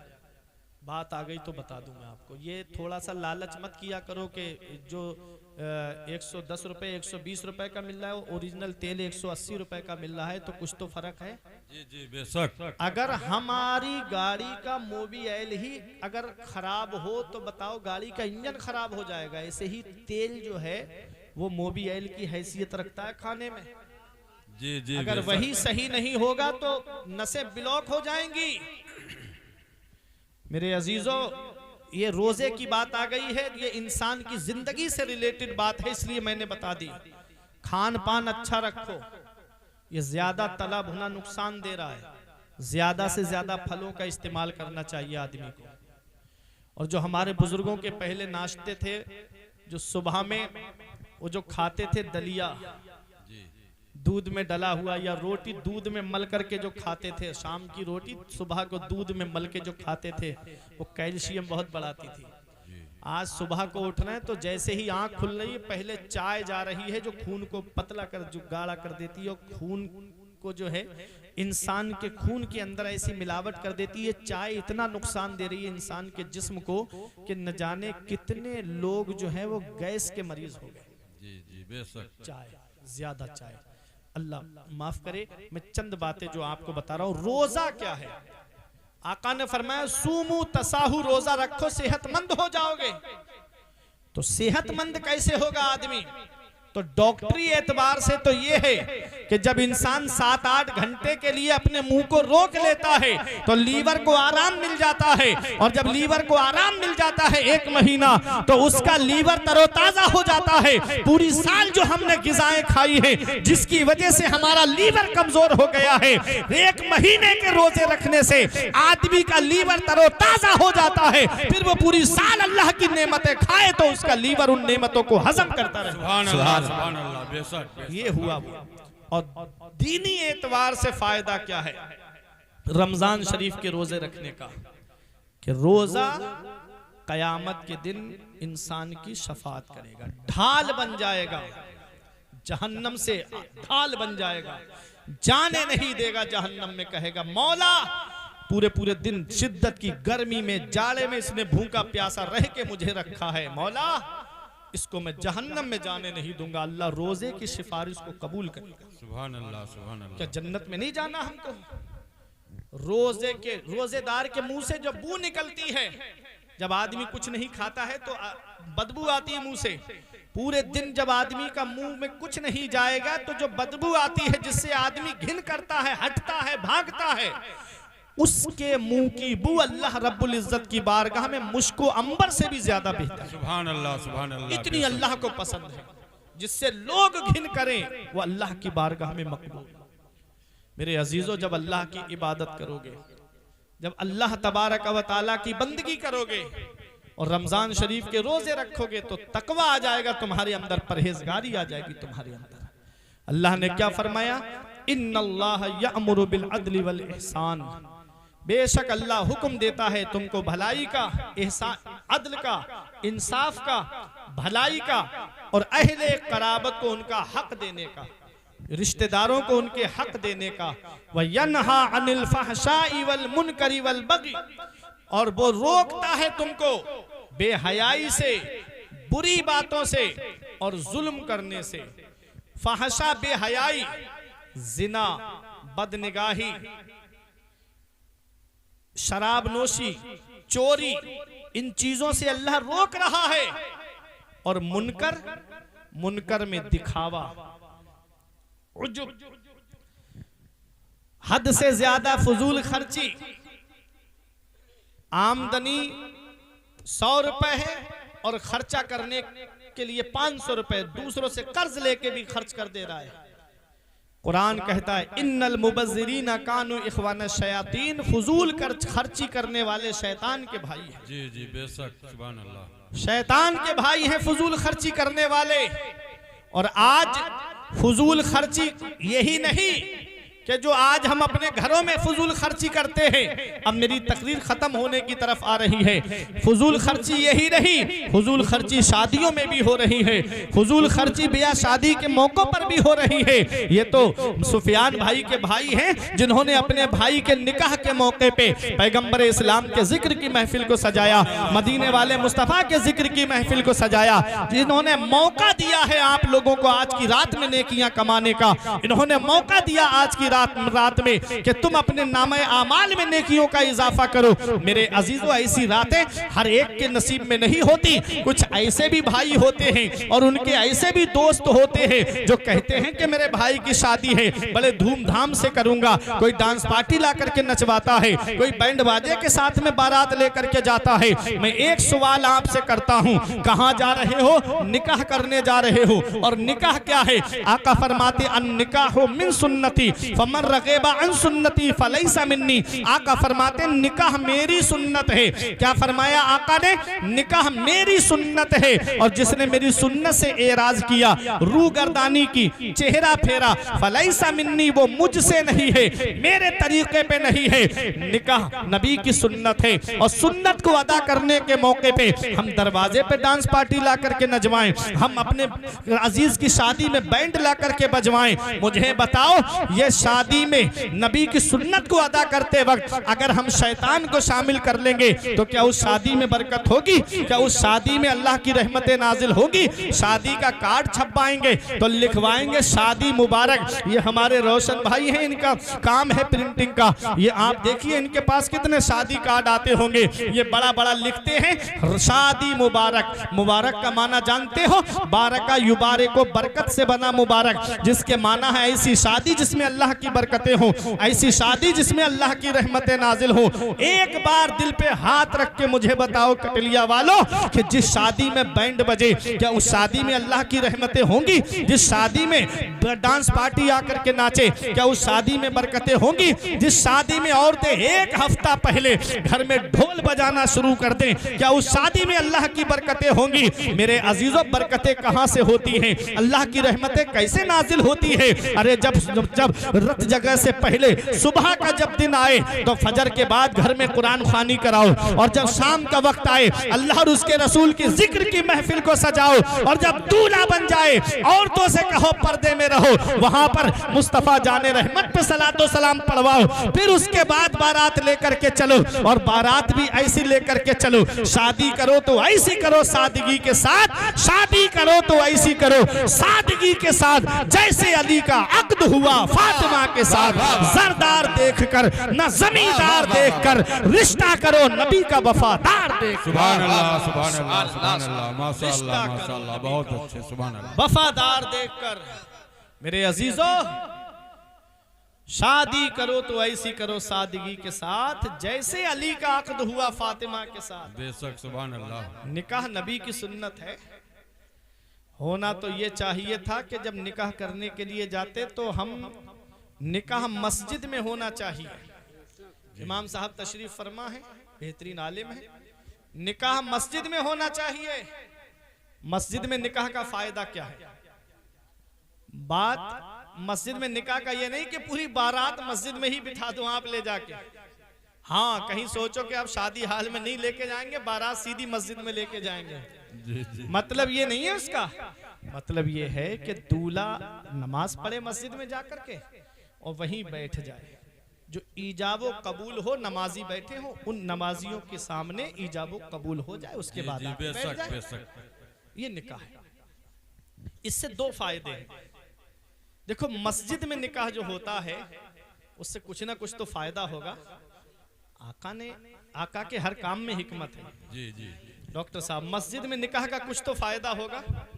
मस्जिद में निकाह का एक फायदा तो ये है कि मस्जिद के अंदर कोई नापाक नहीं जाता है। बेशक बेशक, सुभान अल्लाह सुभान अल्लाह। मस्जिद में कोई नापाक नहीं जाता है। जो भी आता है पाक आता है। ये नापाक क्या है? आका फरमाते हैं, जिस घर में कुत्ता हो, जानदार की तस्वीर लगी हो, फोटो लगा हो, और जिस घर में जुनबी हो, जिस पर गुस्ल वाजिब हो और वो गुस्ल ना करे, उस घर में अल्लाह की रहमत के फरिश्ते नहीं आते।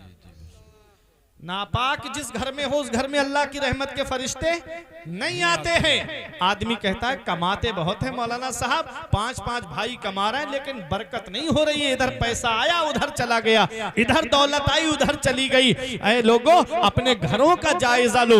रात में हम 2-2, 3-3 बजे तक मोबाइल चलाते हैं और सुबह फजर में पड़े पड़े बिस्तर पे सोते रहते हैं। सुबह पड़े पड़े बिस्तर पे सो रहे हैं। जब रोजी तकसीम का वक्त होता है, सुबह के वक्त रोजी तकसीम होती है, उस वक्त हम बिस्तर पे पड़े पड़े सो रहे हैं। अरे गैर मुस्लिमों को देखो, जब उनकी बस्तियों से हम गुजरते हैं तो देख करके हमको अफसोस होता है कि मुसलमान पड़े पड़े सो रहे हैं और वो कोई अपने दरवाजे पे झाड़ू दे रहा है, कोई पानी छिड़क रहा है, कोई निकल करके टहल रहा है, वो जाग रहे हैं और हम बिस्तरों पे पड़े पड़े सो रहे हैं। फिर रोना रो रहे मुसलमान, परेशान बहुत है, मुसलमान सताया बहुत जा रहा है। वो जर्रा पेड़, वो पत्ता पेड़ से गिर जाता है जो अल्लाह के जिक्र से गाफिल हो जाता, वो जानवर ज़िबाह कर दिया जाता है जो अल्लाह के जिक्र से गाफिल हो जाता है, वो मछली शिकार हो जाती है जो अल्लाह के जिक्र से गाफिल हो जाती है, वो घास काट ली जाती है जो अल्लाह के जिक्र से गाफिल हो जाती है। मेरे अजीजों, अपने रब की बारगाह में आओ,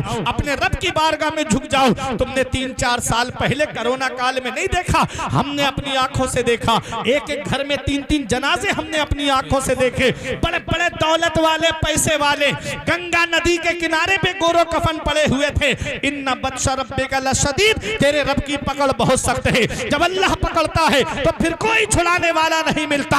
मेरे अजीजों, बड़े बड़े दौलत वाले, पैसे वाले बेगोरो कफन पड़े हुए थे। किस्मत वाला है वो बाप जो औलाद के कांधे पे कब्रिस्तान चला जाए। नसीब वाली है वो औलाद जो बाप के कांधे पे कब्रिस्तान चली जाए। किस्मत वाला है वो रिश्तेदार जो रिश्तेदार के कांधे पे कब्रिस्तान चला जाए। किस्मत वाला है वो पड़ोसी जो पड़ोसी के कांधे पे कब्रिस्तान चला जाए।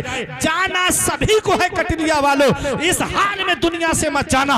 इधर जनाजा उठे, उधर मोहल्ले के लोग कहें एक जुआरी का जनाजा जा रहा है, एक शराबी का जनाजा जा रहा है, एक अय्याश का जनाजा जा रहा है, आलिम और इमामों की बुराई करने वाले का जनाजा जा रहा है। इस हाल में मत जाना, बल्कि इस हाल में जाना, इधर जनाजा उठे उधर आलिम साहब कहें गद्दार मुस्तफा का नहीं, वफादार मुस्तफा का जनाजा जा रहा है, गुलाम रसूल का जनाजा जा रहा है, आशिक रसूल का जनाजा जा रहा है। जब इस हाल में जाओगे तो यही कहोगे ये नाज, ये अंदाज हमारे नहीं होते, दामन में अगर टुकड़े तुम्हारे नहीं होते, बेदाम ही बिक जाइए बाजारे नबी में। इस शान के सौदे में खसारे नहीं होते, मिलती ना अगर भीख हुजूर आपके दर से, इस ठाट से मंगतों के गुजारे नहीं होते। नारे तकबीर, नारे रिसालत, मसलके आला हजरत जिंदाबाद, हक़्क़े खिताबत जिंदाबाद, नारे तकबीर, नारे रिसालत। सुभान अल्लाह। अच्छे काम करके दुनिया से जाओ, मुत्तकी बन के दुनिया से जाओ, परहेजगार बन के दुनिया से जाओ। किसी का घर बर्बाद करके अपना घर आबाद मत करना। आका फरमाते हैं खैरुन्नास मन यनफउन्नास, लोगों में बेहतर वो है जो दूसरों को फायदा पहुंचाए, बेशक सुभान जो अल्लाह। दूसरों को नफा पहुंचाए। तो मस्जिद में निकाह का एक फायदा तो ये है कि मस्जिद में कोई नापाक नहीं आता है, जो भी आता है वो पाक आता है। बेशक बेशक जब सुभान पाकों की मौजूदगी में निकाह होगा तो उस निकाह में अल्लाह की रहमतें होंगी। और दूसरा फायदा मस्जिद में ये है कि मस्जिद खुदा का घर है और अल्लाह के घर में अल्लाह की रहमतें नाजिल होंगी। सुभान अल्लाह सुभान तो जो अल्लाह, निकाह मस्जिद में होगा उस निकाह में अल्लाह की रहमतें नाजिल होंगी। जी जी बेशक। तो ये मेरे आका हुजूर सल्लल्लाहु अलैहि वसल्लम की महबूब सुन्नत है निकाह। तो जब सुन्नत को अदा करो तो उस मौके पे ये नियत होना चाहिए कि अल्लाह हमसे राजी हो, उसका रसूल हमसे राजी हो। जी जी बेशक दुनिया वालों को हमें खुश नहीं करना, दुनिया तो वैसे भी खुश नहीं है, एक दूसरे से खुश नहीं है हम। हदीस सुना दूं, आका फरमाते हैं इज़न नास अज़हरुल इल्मा व ज़य्युल अमल व तहब्बु बिल अलसिन व तबागदु बिल कुलूब व तकातउ बिल अरहाम। आका फरमाते कुछ ऐसे लोग होंगे, इल्म होगा उनके पास, अमल नहीं होगा उनके पास। जी जी बेशक। आका फरमाते इल्म होगा उनके पास, अमल नहीं होगा। आगे फरमाते तहाबु बिल अलसिन व तबागदु बिल कुलूब, जुबान से मोहब्बत करेंगे, दिलों में बुग़्ज़ भरे हुए होंगे। जी जी बेशक बेशक। जुबान से मोहब्बत करेंगे, दिलों में बुग़्ज़ भरा हुआ होगा। अभी मकान बनाए चौराहे पे आप जाके और पूछे भाइयों कैसा मकान है, कहेंगे अरे बहुत अच्छा मकान बना रहे हो, बहुत अच्छा मकान। थोड़ी दूर बढ़ेंगे, पता नहीं पैसा कहाँ से आ रहा है, जी जी पता बेशक, नहीं हक है कहाँ हक से है। दौलत आई, जी जी पता नहीं कहाँ से इतने रुपया आया। क्या पता चला, जुबान से मोहब्बत है, दिलों में बुग़्ज़ भरा हुआ है। जुबान से मोहब्बत, दिलों में नफरतें भरी हुई हैं। वह तकातउ बिल अरहाम, और रिश्तेदारियां तोड़ेंगे, जरा जरा सी बातों पे रिश्ते खत्म। आका फरमाते हैं ऐसे लोगों पर अल्लाह की लानत, उसके फरिश्तों की लानत, उसके रसूल की लानत, और अल्लाह कयामत के दिन ऐसे लोगों को अंधा करके उठाएगा और उनको बहरा करके उठाएगा। इसलिए जुबान से भी मोहब्बत करो और दिल से भी मोहब्बत करो मेरे अजीजों। जुबान से भी मोहब्बत, दिल से भी मोहब्बत। नबी की सुन्नत अदा करने जा रहे हैं हम निकाह, इसलिए उस मौके पे हमें अल्लाह को राजी करना है, उसके रसूल को राजी करना है। ये नहीं कि अगर एक भी बाराती को नाश्ता नहीं मिला या खाने को नहीं मिला तो उसकी इज्जत को उछालना शुरू कर दिया हमने, उस इज्जत को उछालना शुरू कर दिया। कभी कभी सोच लिया, और किसी लड़की की शादी में आप जाओ तो मेरा मशवरा है कि कुछ घर से खा के जाया करो। अगर किसी के यहाँ लड़की की शादी में जाओ तो कुछ घर से खा के जाया करो। वो गरीब बाप कहाँ कहाँ से लाके इंतजाम करता है, हाथ जोड़ता फिरता है, माफ कर देना, कोई कमी रह गई हो माफ कर देना। और ये बाराती चौराहों पे खड़े होके कोई कुछ कहता है, कोई कुछ कहता है, कोई कहता है कोरमे में मजा नहीं आया, कोई कहता है जर्दे में मजा नहीं आया, कोई कहता है तंदूर बहुत मोटे कर दिए। आका क्या फरमाते हैं? आका फरमाते हैं खाने में ऐब ना निकालो, अच्छा लगे तो खा लो, अच्छा ना लगे तो मत खाओ, खाने में ऐब ना निकालो। ये आका की हदीस है, हमें किसी के खाने में ऐब नहीं निकालना है। बाज लोग होते हैं मेहमानी में जाते हैं, मेहमान नवाजी के लिए औरतें गर्मी के आलम में पूरे दिन किचन में खड़ी रहती हैं, खाना बनाती हैं, और अगर नमक तेज हो गया या मिर्च थोड़ी ज्यादा हो गई, ये वहीं पर शुरू हो गए कि अरे खाने में मजा नहीं आया। उनसे पूछो जो शिद्दत की गर्मी में खड़े होकर पूरे दिन खाना बनाया, तुम एक गिलास पानी लेने आंगन में नहीं जाते गर्मी की वजह से, और वो कितने घर के काम करती हैं। देखा करो, किसी के ऐबों को जाहिर मत करो, ऐबों को छुपाओ। आका फरमाते हैं जो किसी मुसलमान के ऐबों को छुपाएगा, अल्लाह ताला कयामत के दिन उसके ऐबों को छुपाएगा। सुभान अल्लाह सुभान अल्लाह। बेशक बेहयाई से रुको, बुरी बातों से रुको, और जुल्म करने से रुको। जुल्म अगर घर में होता है तो घर बर्बाद हो जाता है, जुल्म मोहल्ले में होता है तो मोहल्ला बर्बाद हो जाता है, जुल्म कस्बे में होता है तो कस्बा बर्बाद हो जाता है, जुल्म शहर में होता है तो शहर बर्बाद हो जाता है, जुल्म सूबे में होता है तो सूबा बर्बाद हो जाता है, जुल्म मुल्क में होता है तो मुल्क तबाह हो जाता है। जी जी बेशक सुभान इसलिए जुल्म से रुको, जुल्म से बाज आओ। अल्लाह ने हुक्म दिया हमें इंसाफ करने का, भलाई करने का, और रिश्तेदारों को उनके हक देने का, और रोका हमें बेहयाई से, बुरी बातों से और जुल्म करने से। ये नसीहत है अल्लाह की तुमको, अगर तुम इस याद रखो। तो ये चंद बातें थी जो मैंने आपके सामने बयान की। दुआ करता हूँ परवरदिगार आलम हम सबको अमल की तौफीक अता फरमाए। मेरे कुछ अर्ज करने में सबकत लिसानी की वजह से या बतकाज़ाए बशरियत कोई गलती हो गई हो तो मौला मुझे माफ़ फरमाए। अस्तगफिरुल्लाह रब्बी मिन कुल्ले ज़ंबि व अतूबु इलैहि। कलमा तैयब पढ़ लीजिए, ला इलाहा इल्लल्लाह रसूलुल्लाह सल्लल्लाहु ताला अलैहि वसल्लम। ये ज़िंदगी सवारिय दिलशाद कीजिए, लम्हात ज़िंदगी के न बर्बाद कीजिए। जब मकसद हयात इबादत खुदा की है, पढ़िए नमाज, मस्जिदें आबाद कीजिए। सभी के सामने एक दिन ज़रूर आता है। ये हुस्न फ़ानी है लेकिन गुरूर आता है। किसी क्रीम से पाउडर से कुछ नहीं होता, नमाज पढ़ने से चेहरे पे नूर आता है। रही कली तो फूल खिलेंगे, जिंदगी बाकी रही तो फिर मिलेंगे। अस्सलामु अलैकुम व रहमतुल्लाह।